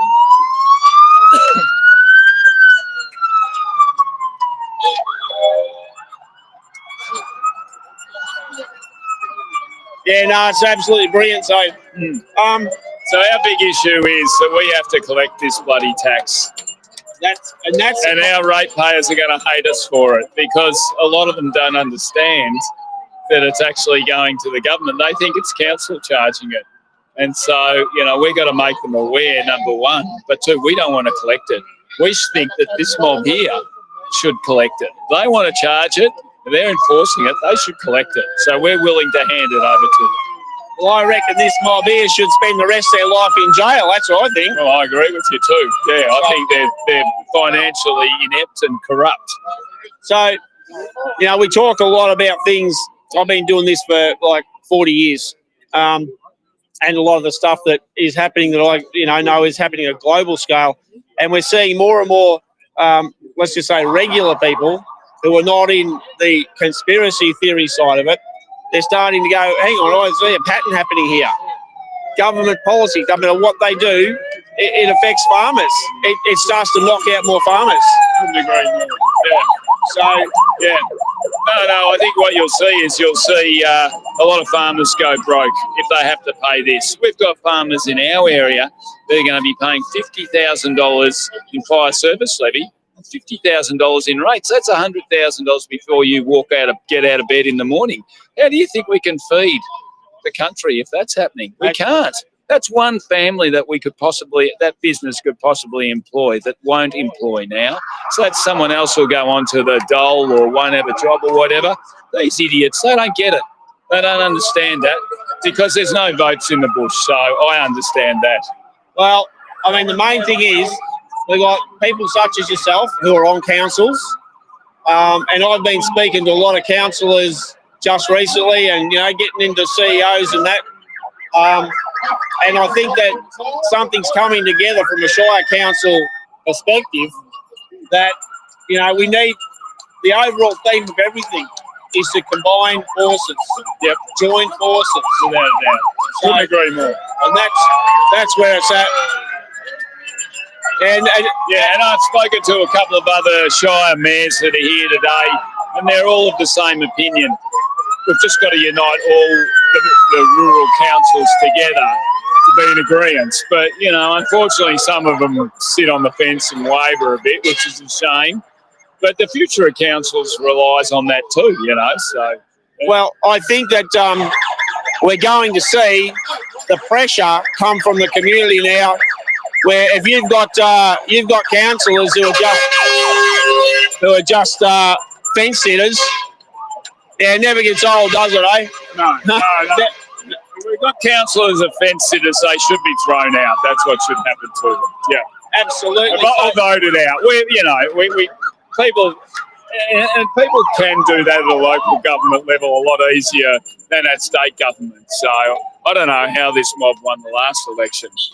Well, do you have a theory on that? Oh, well, I do actually. I mean, and that Phil Scumbag Andrews, I know in his seats, his electorate, his name was mud everywhere. It didn't matter where you went, who you talked to, all the exit polls, everything. Yeah. He was done and dusted, mate. He was hanging on the hook under the tree. Exactly. And then they announced that he wins. What? You know? No, sorry. No cigar. No cigar. So, you know, we're dealing with a system it's dirty. It's corrupt. There are foreign interests that are at play here. That's why this is happening. So, you know, this is where it's great to see the people starting to come together and starting to put it together and say, right, we're going to fight back as a unit, whatever that looks like. So, all right. Well, do you have a card, James? At all? I don't. No, sorry, I didn't bring it. No, I don't have a council. What sort of setup are you running, mate? I just talk to people, you know. I don't need to give out my card to anyone. Yeah. Well, no, we're happy to. Mansfield. Yeah. So, well, we're very united behind this cause. So, well, we'll catch up anyway because we work in this space all the time. That's great. And you know, so we could just. What was your name? Wade Northhausen. Wade Northhausen. Nice to meet you. I'll tell you what. You got a card. I've got a card. You give me your card. What are the chances? What are the chances, eh? Thank you. All right. Good on you, James. Thanks, mate. Yeah. Rick Long's over there. And, hey? I'll give you a call in, Jackie. Yeah. I'm going to call Andrew and try and line him up for taking something into the High Court. Well, all right. Well, I'll give you yell another day or so, and because I mean I've seen a lot of stuff you're doing. Great work. And you, my friend, and you. This is the thing. We need our farmers. We need our CFA, but we do not need these arseholes. And as we all know, they are sitting illegitimately. None of the sitting members or senators have sworn their oaths, the oaths that are prescribed in the Constitution. They made themselves a corporation. They've registered themselves as a corporation. As such, corporations can't create laws. They also cannot administer laws. So we're in trouble. They are selling this country out. It's all designed. It's planned to get the farmers off the land. They've already been successful. This is going to be the final nail in the coffin, literally. What is it, 10 a week committing suicide now? That's going to double. They do not care. We've got to take it to the courts and shut these assholes down. Well, not only don't they care, they're actively harming us. They are actively and deliberately. They're not designed to get the farmers off the land, and then what happens? We've got foreign corporations coming in and buying our land. Should not be allowed. That's it. Yeah. All right. And their homes. It's going to affect everything. There's scrutiny. Oh. Oh, Dr. Valerie, please report. You too. All right, thank you. Good on you. Thanks. Catch up later.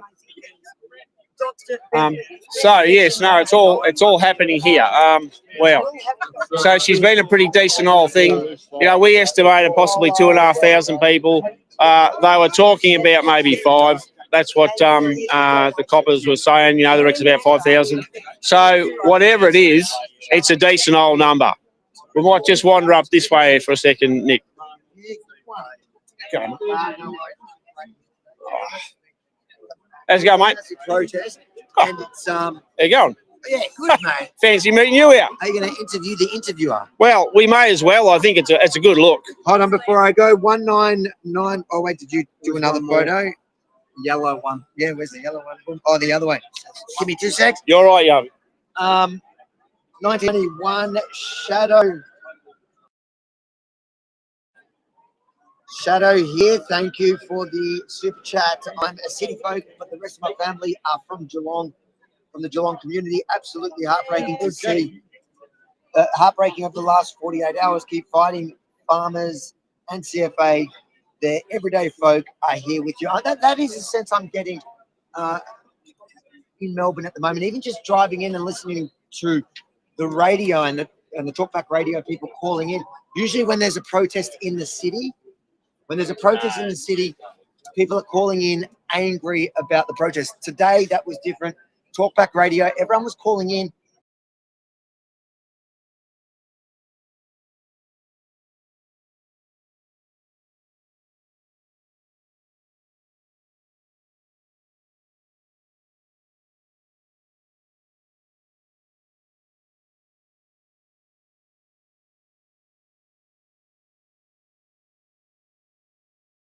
Yeah. Oh, okay. So who are you? You're Billboard Battalion. Billboard Battalion.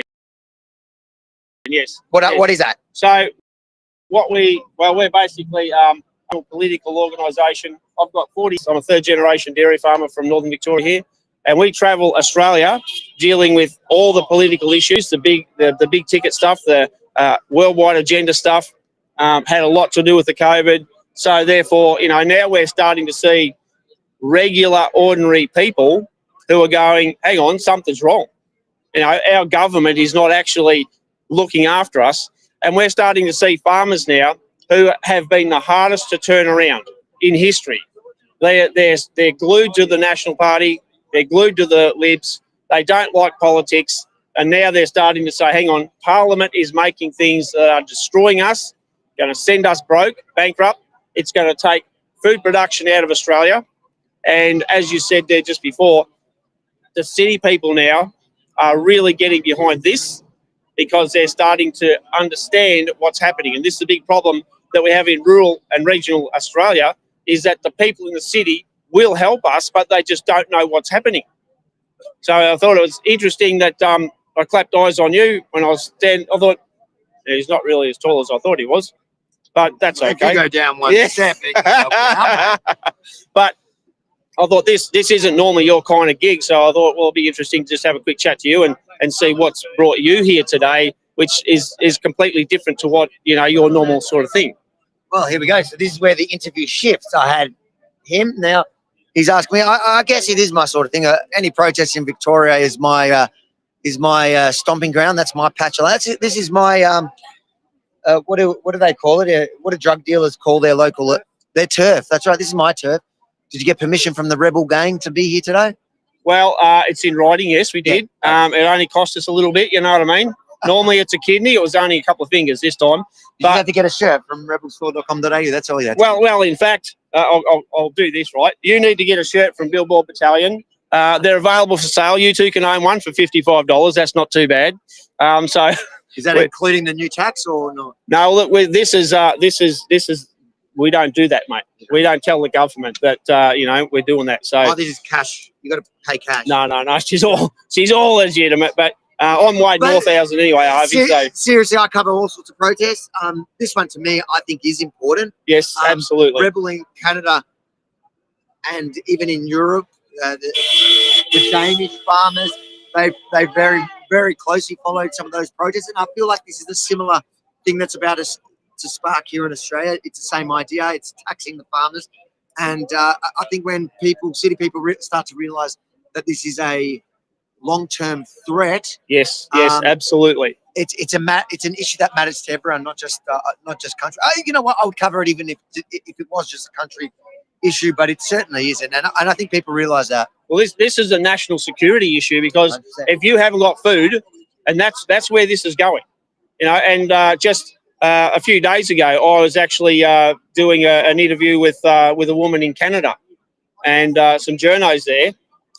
You know, they're coming to just wipe out their ostriches with no justification, and they're blaming some disease on them, and they're saying if the farmer gets a PCR test done themselves, that they'll be charged something like $75,000 fine just for telling the things. Who was the journalist that you were talking to?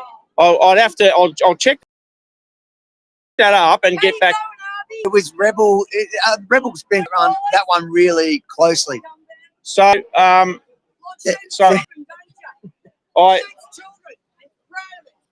you need to settle down, Jackie. Not every protest is about Jackie Dundee.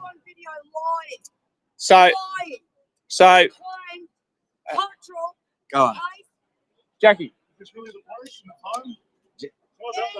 Jackie.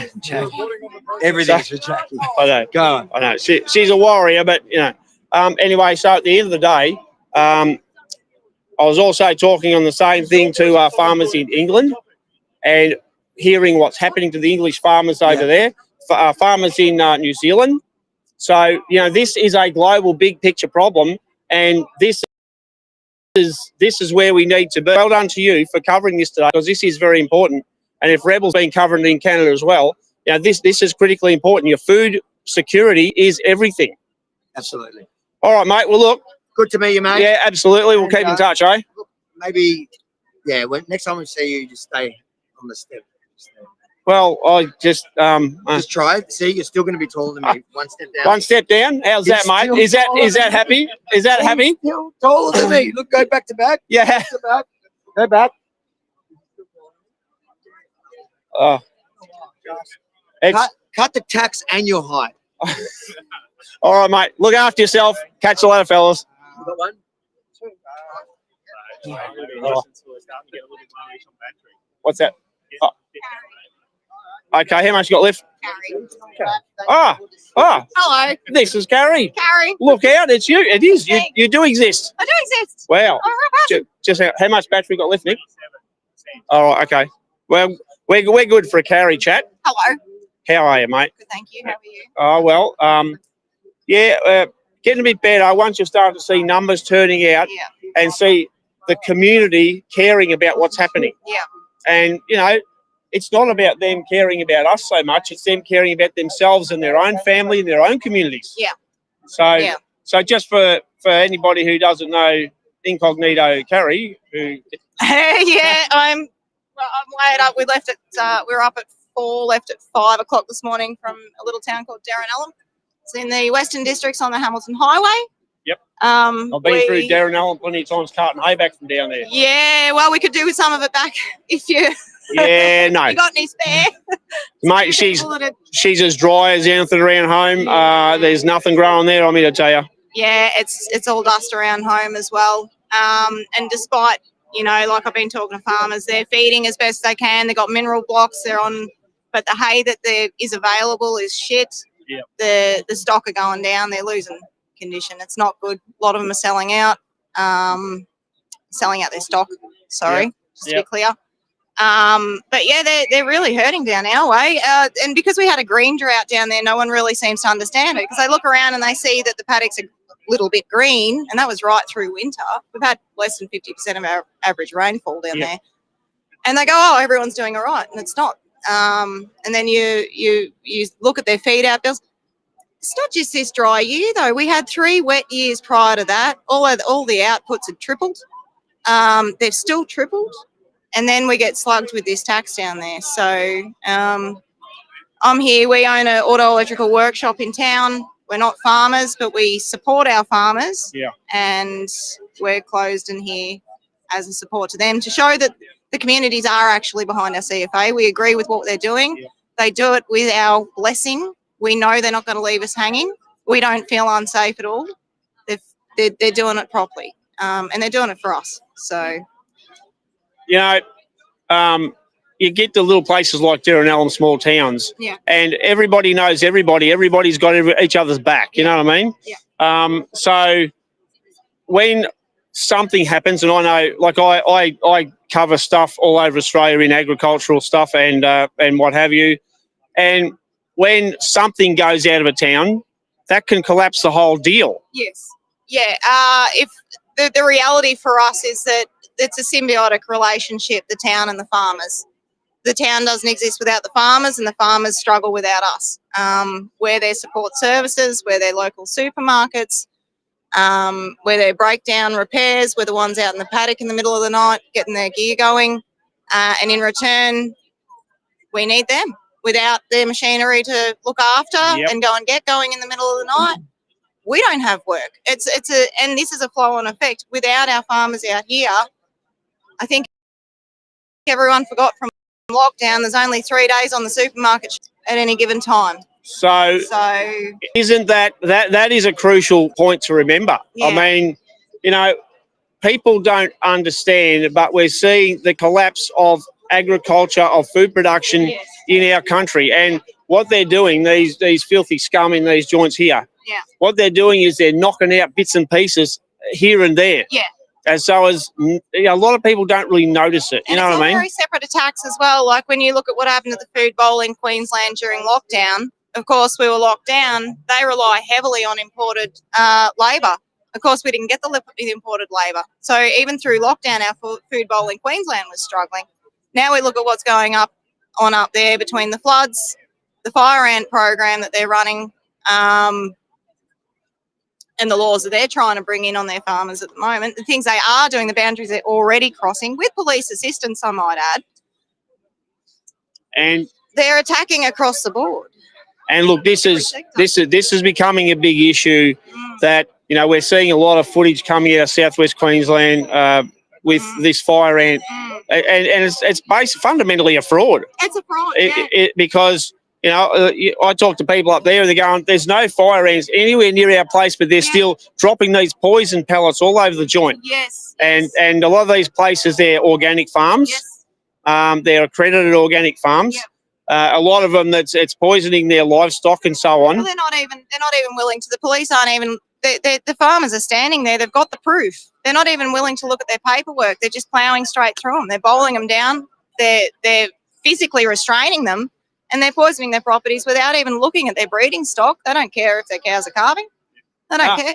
But they're hitting every state in a different way, I believe, and I think it's going to have a bad effect on. I don't know that people down here in Melbourne fully understand what it takes to get their food on the table. Well, I don't think they do. The disconnect is so huge, and I don't know how to breach that. The divide between city and country is. Well, that's a part of education, really, and you know, there's a lot of organisations that allegedly represent farmers, and they are not doing a good job at all of bridging that gap between metro and country, and bringing people up to speed with the issues and where things are really at. So, you know, I hear a lot of the farmer leaders, so to speak, oh, you know, we produce 3 times as much as what we can eat. No, get your mind right, mate, because we're actually importing enormous amounts of food. Yes, it's actually really difficult to find Australian produce on the shelves.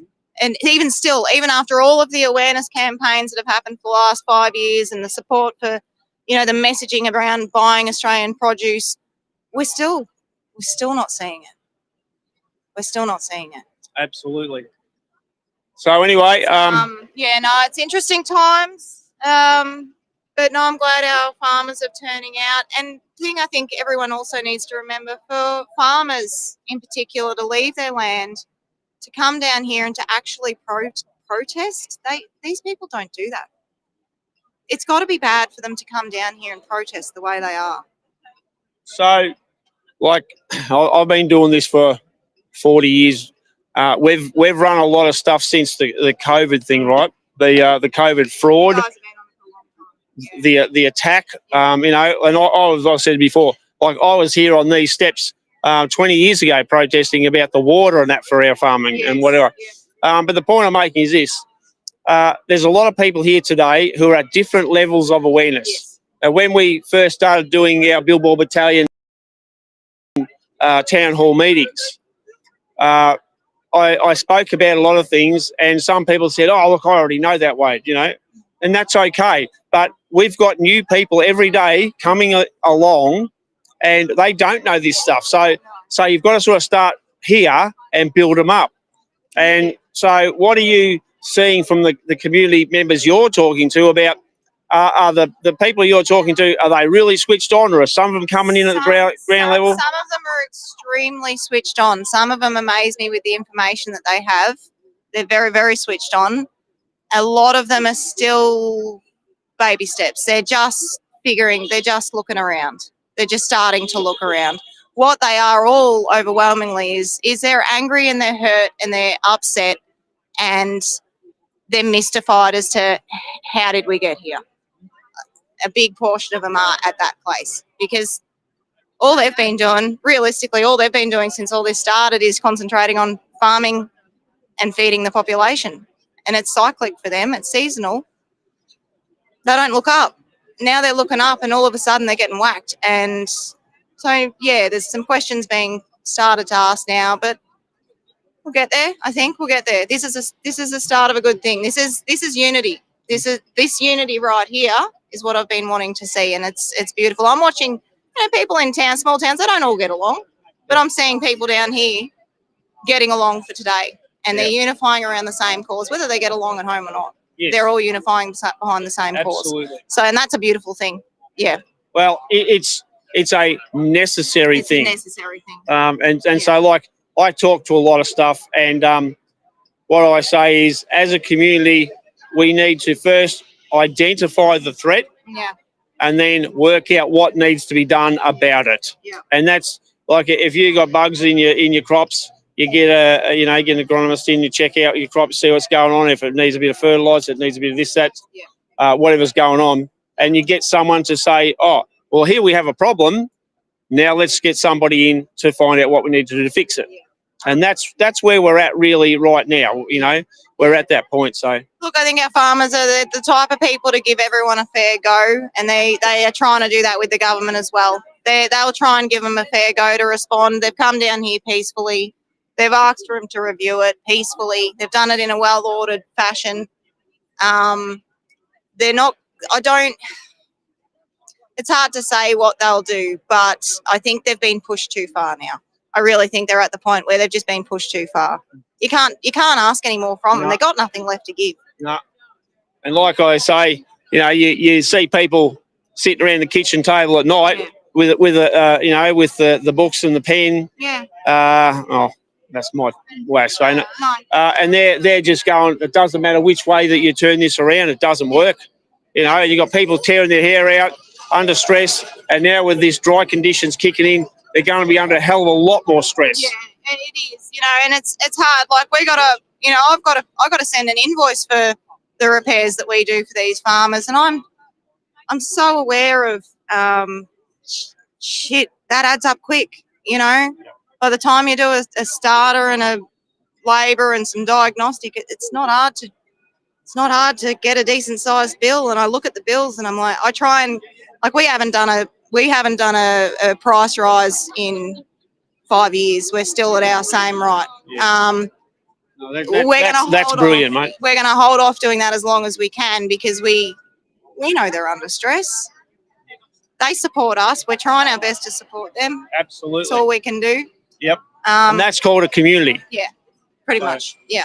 All right. Well, anyway, so I didn't know you before today. No. I spoke to you on the phone only last night or something. Night, yes. And so anyway, same case. So what we'll do is we'll get down to Darren Allen one day. Yep. And we'll rock in, and you'll go, "Oh, okay." Hello. What? What are the chances? You got the jug on, mate, or what's going on? Kettle is always on. Beautiful. Of course. Beautiful. No, it's good country hospitality down there. We're a pretty happy town generally. Yes. Darren Allen's a really good spot. It's a beautiful spot. Everyone's pretty happy. They're pretty welcoming, very friendly people. Yeah, beautiful. They're just there working. As are most country people. As are most country people. And two, as are most city people if you crack the ice. Yes. Yes. You know, like a lot of people in Sydney just walk straight past you like this. You know, how's it going, mate? Oh, Yeah. oh, what, you know? Oh, shit. Yeah. Yeah. Yeah. Oh, you're talking to me. Yeah, and then You away must they be from the country. Yeah. Well, it's strange, you know. We got a feed here in town the other day after the last one, and we went into this Mexican joint. Yes. Anyway, this Sheila comes along and she's pretty Mexican, and didn't have a real good grasp on the lingo. You know what I'm saying? And I'm yakking to her and telling her what she says. You're not from around here. No. How can you tell? I said, what? You're the one that's not from around. Hang on. You're the bloody Mexican, mate. What are you're telling me? Oh, what? She said, your accent is wrong. I said, what? What the hell is wrong with you people? I'm Australian, mate. I'm you know, and this is how we talk. So anyway, she was a terrific little Sheila, had a bit of a yarn, as much as she could, you know what I mean? So, and well done to her for having a job, having a crack, out there working, you know, and that's what we need. We need more and more people. That's exactly what we need. We've had a lot of Indians come in and buy a few of the local businesses at Derrenellum lately, and I got to say, they are so lovely. They really actually care about the community. We're very lucky, to be honest. But they come out there. It's a bit weird. They come out thinking that we're all racist in the country because they've been living in the city for so long, and they get told, don't go out to the country, they're all racist. And then they get out there and they meet us and they're like, oh, you guys are real. You're like my people from back home. And it's like, it's because you lied to about us. Like, they've been welcomed with open arms. But and again, that's the disconnect. Well, and like I was talking to some, and I said, well, you know, the politicians' greatest level of skill is to divide people. Yeah. That's And their. they do it beautifully. Oh, they're experts. So, all right, mate. Well, look after yourself. Thanks very much for coming. Yeah, no, it's been a good day. So we'll catch up with you later, eh? All right. Good to see you. Catch Thanks, up. mate. See you later. See ya. Bye. Hello. Well, Albany, Anzac Day. Anzac Day, correct. So you've covered a bit of territory, mate. I have covered it. Been up and away. Up and away, but back in, well, I've come down with Carrie, so her lovely name. Oh, okay, right, right. Yeah. Well, I only got Yak and her last night on the phone. Yeah, she was telling me. So I mean, what are the chances, mate? The people that you run into are just amazing. Just amazing. Everyone's well. So again. Everyone's well. So yeah, Nick's he's fighting fit. Belinda's fighting fit. Been a while. You, Oh, that's good. you remember Karen? You only met me briefly in WA. Yes, of course I do. At the service. I do. Yeah, good to see you. Good to see you all here. And you? So did you don't live in anyway. I do live in Derrenellum. Oh, okay. I was just going to say, I thought, yes. So That's right. now I'm, You met so many people. the cogs are starting to turn, mate. Okay, no worries. So I'm you're a still, bit camera shy. no, you're not. Everyone starts out saying they're camera shy, but once you start to have a bit of a yarn, all of a sudden they just switch on, bang, away they go. It's good. So where are you off to next? Back home? yeah, heading home from here, and then we've got just so much happening. We've just got to work out, which place to go to. We're getting calls from all over Australia, people wanting help, people needing to get some support and need to get their stories out to the public. So yes, it's and it's really, really seriously, it's critical for most people now. Definitely hitting the crunch time again. Oh, well, you've got droughts coming from the other side of South Australia, right through there. Now coming across through the Wimmera and the Mallee. So, it's starting to hit further this way. Hay supplies are almost exhausted. Heartbreaking. Grain supplies are, like through the roof. I saw some bloke advertise notes the other day. I think it might have been seed aid, so $1,500 a tonne. Like normally, 250, 300 knock it over. So it's. You can plant the seed without the rain; they're bugged. And this is it. A lot of people are dry sowed. Yep, There's a lot of seed and fertiliser in the ground now, waiting, just praying for the rain. We're looking at canola the other day. It's up an inch high and sort of going, well, you know, turn the tap on. We need a drink. Yeah. So anyhow, what can you say? Well, I better round up these guys and see them off. It's good to see you. Don't let them get out of your hair, because they'll bloody wander off, and then you'll have to round them up. Then I'll get lost. All right. Catch up with you later. Wayne, we just went and had a couple of beers, and I thought I'd just come over and thank you, because I know the fucking heartache and the people are asleep. I've been on this journey, same as you, and it is so frustrating, mate. Incredible, you know, and I don't know what's going to wake them up, you know. As I say to the boys over there in the fire brigade, I said, yous will be back. I said, if you want to get something done, you just don't comply, mate. You turn these trucks off and you leave them here. You do not move. So until people will start looking and what's going on there, I said, otherwise you'll send you home and they don't give a shit. I said, it had done to us in Canberra. I said, big deflection. Oh, well, and to see volunteer firefighters to be talking about we're not turning out. Exactly. That is the biggest litmus test the country can have. Yes. It does not get any more serious. These are men and women who do this for nothing. They don't ask for anything. They don't want anything. Yep. They turn out because they know there's people in trouble and their job is to help. That's it. And they're doing it out of this, out of their heart. And it's like no one wants a warrior. No one loves a warrior till enemies at the gates. Let's start here. And this might wake them up and they'll go, hang on, there's a bit more to this. Going, yeah, you know, and that's what we need to do. It's frustrating, but we'll get there. Yes. I'm gonna die on my feet and live my knees, mate. That's how Australia should get back to it, you know? Yeah, well, there's no going weak in the knees here, mate. We'll stand tall. We'll fight these mongrels right to the very end. That's it. You know, if necessary, die in the trenches with bayonets facing the enemy. That's right, mate. And just like shake your hand again, brother. And you too, mate. And you know, mate, we're all fighting this fight. It's good. Yep, absolutely. Thank you. Good on you. All right, catch up with you later. All right, so I'm assuming, Nick, that's just about the end of our battery life. Got 13% left. Okay. And I can charge it, however, we can't use the microphone at the same time. Yeah, all right. Well, I think we should just about call it quits for today. We've had a pretty good run. We've done a really, really good round of speaking to so many different diverse people. We're here on the steps of Parliament House in Spring Street in Melbourne. Today has been a massive big protest rally against the government's war on farmers and war on landowners, household, people who own their own houses, people who own the businesses. This is a war against people owning land. This is just another one of the things that they do to try and take us out, to destroy us, to send us bankrupt and broke. This is just all a part of it. All right, well, today is the 20th of May, 2025. I'm Wade Northhausen for Billboard Battalion. Thanks very much to everybody for watching. Thanks all for your terrific messages. We've done some great interviews today. I hope everybody's enjoyed it, and I hope everybody's learnt something. And I hope most of all that people get some comfort from seeing that more people now are coming on board with fighting against what we need to fight.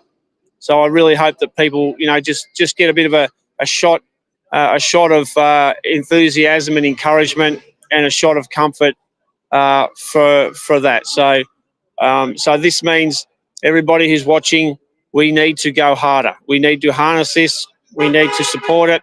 We need to push it, and we just need to go harder. So thanks very much to everyone for watching. We'll catch up.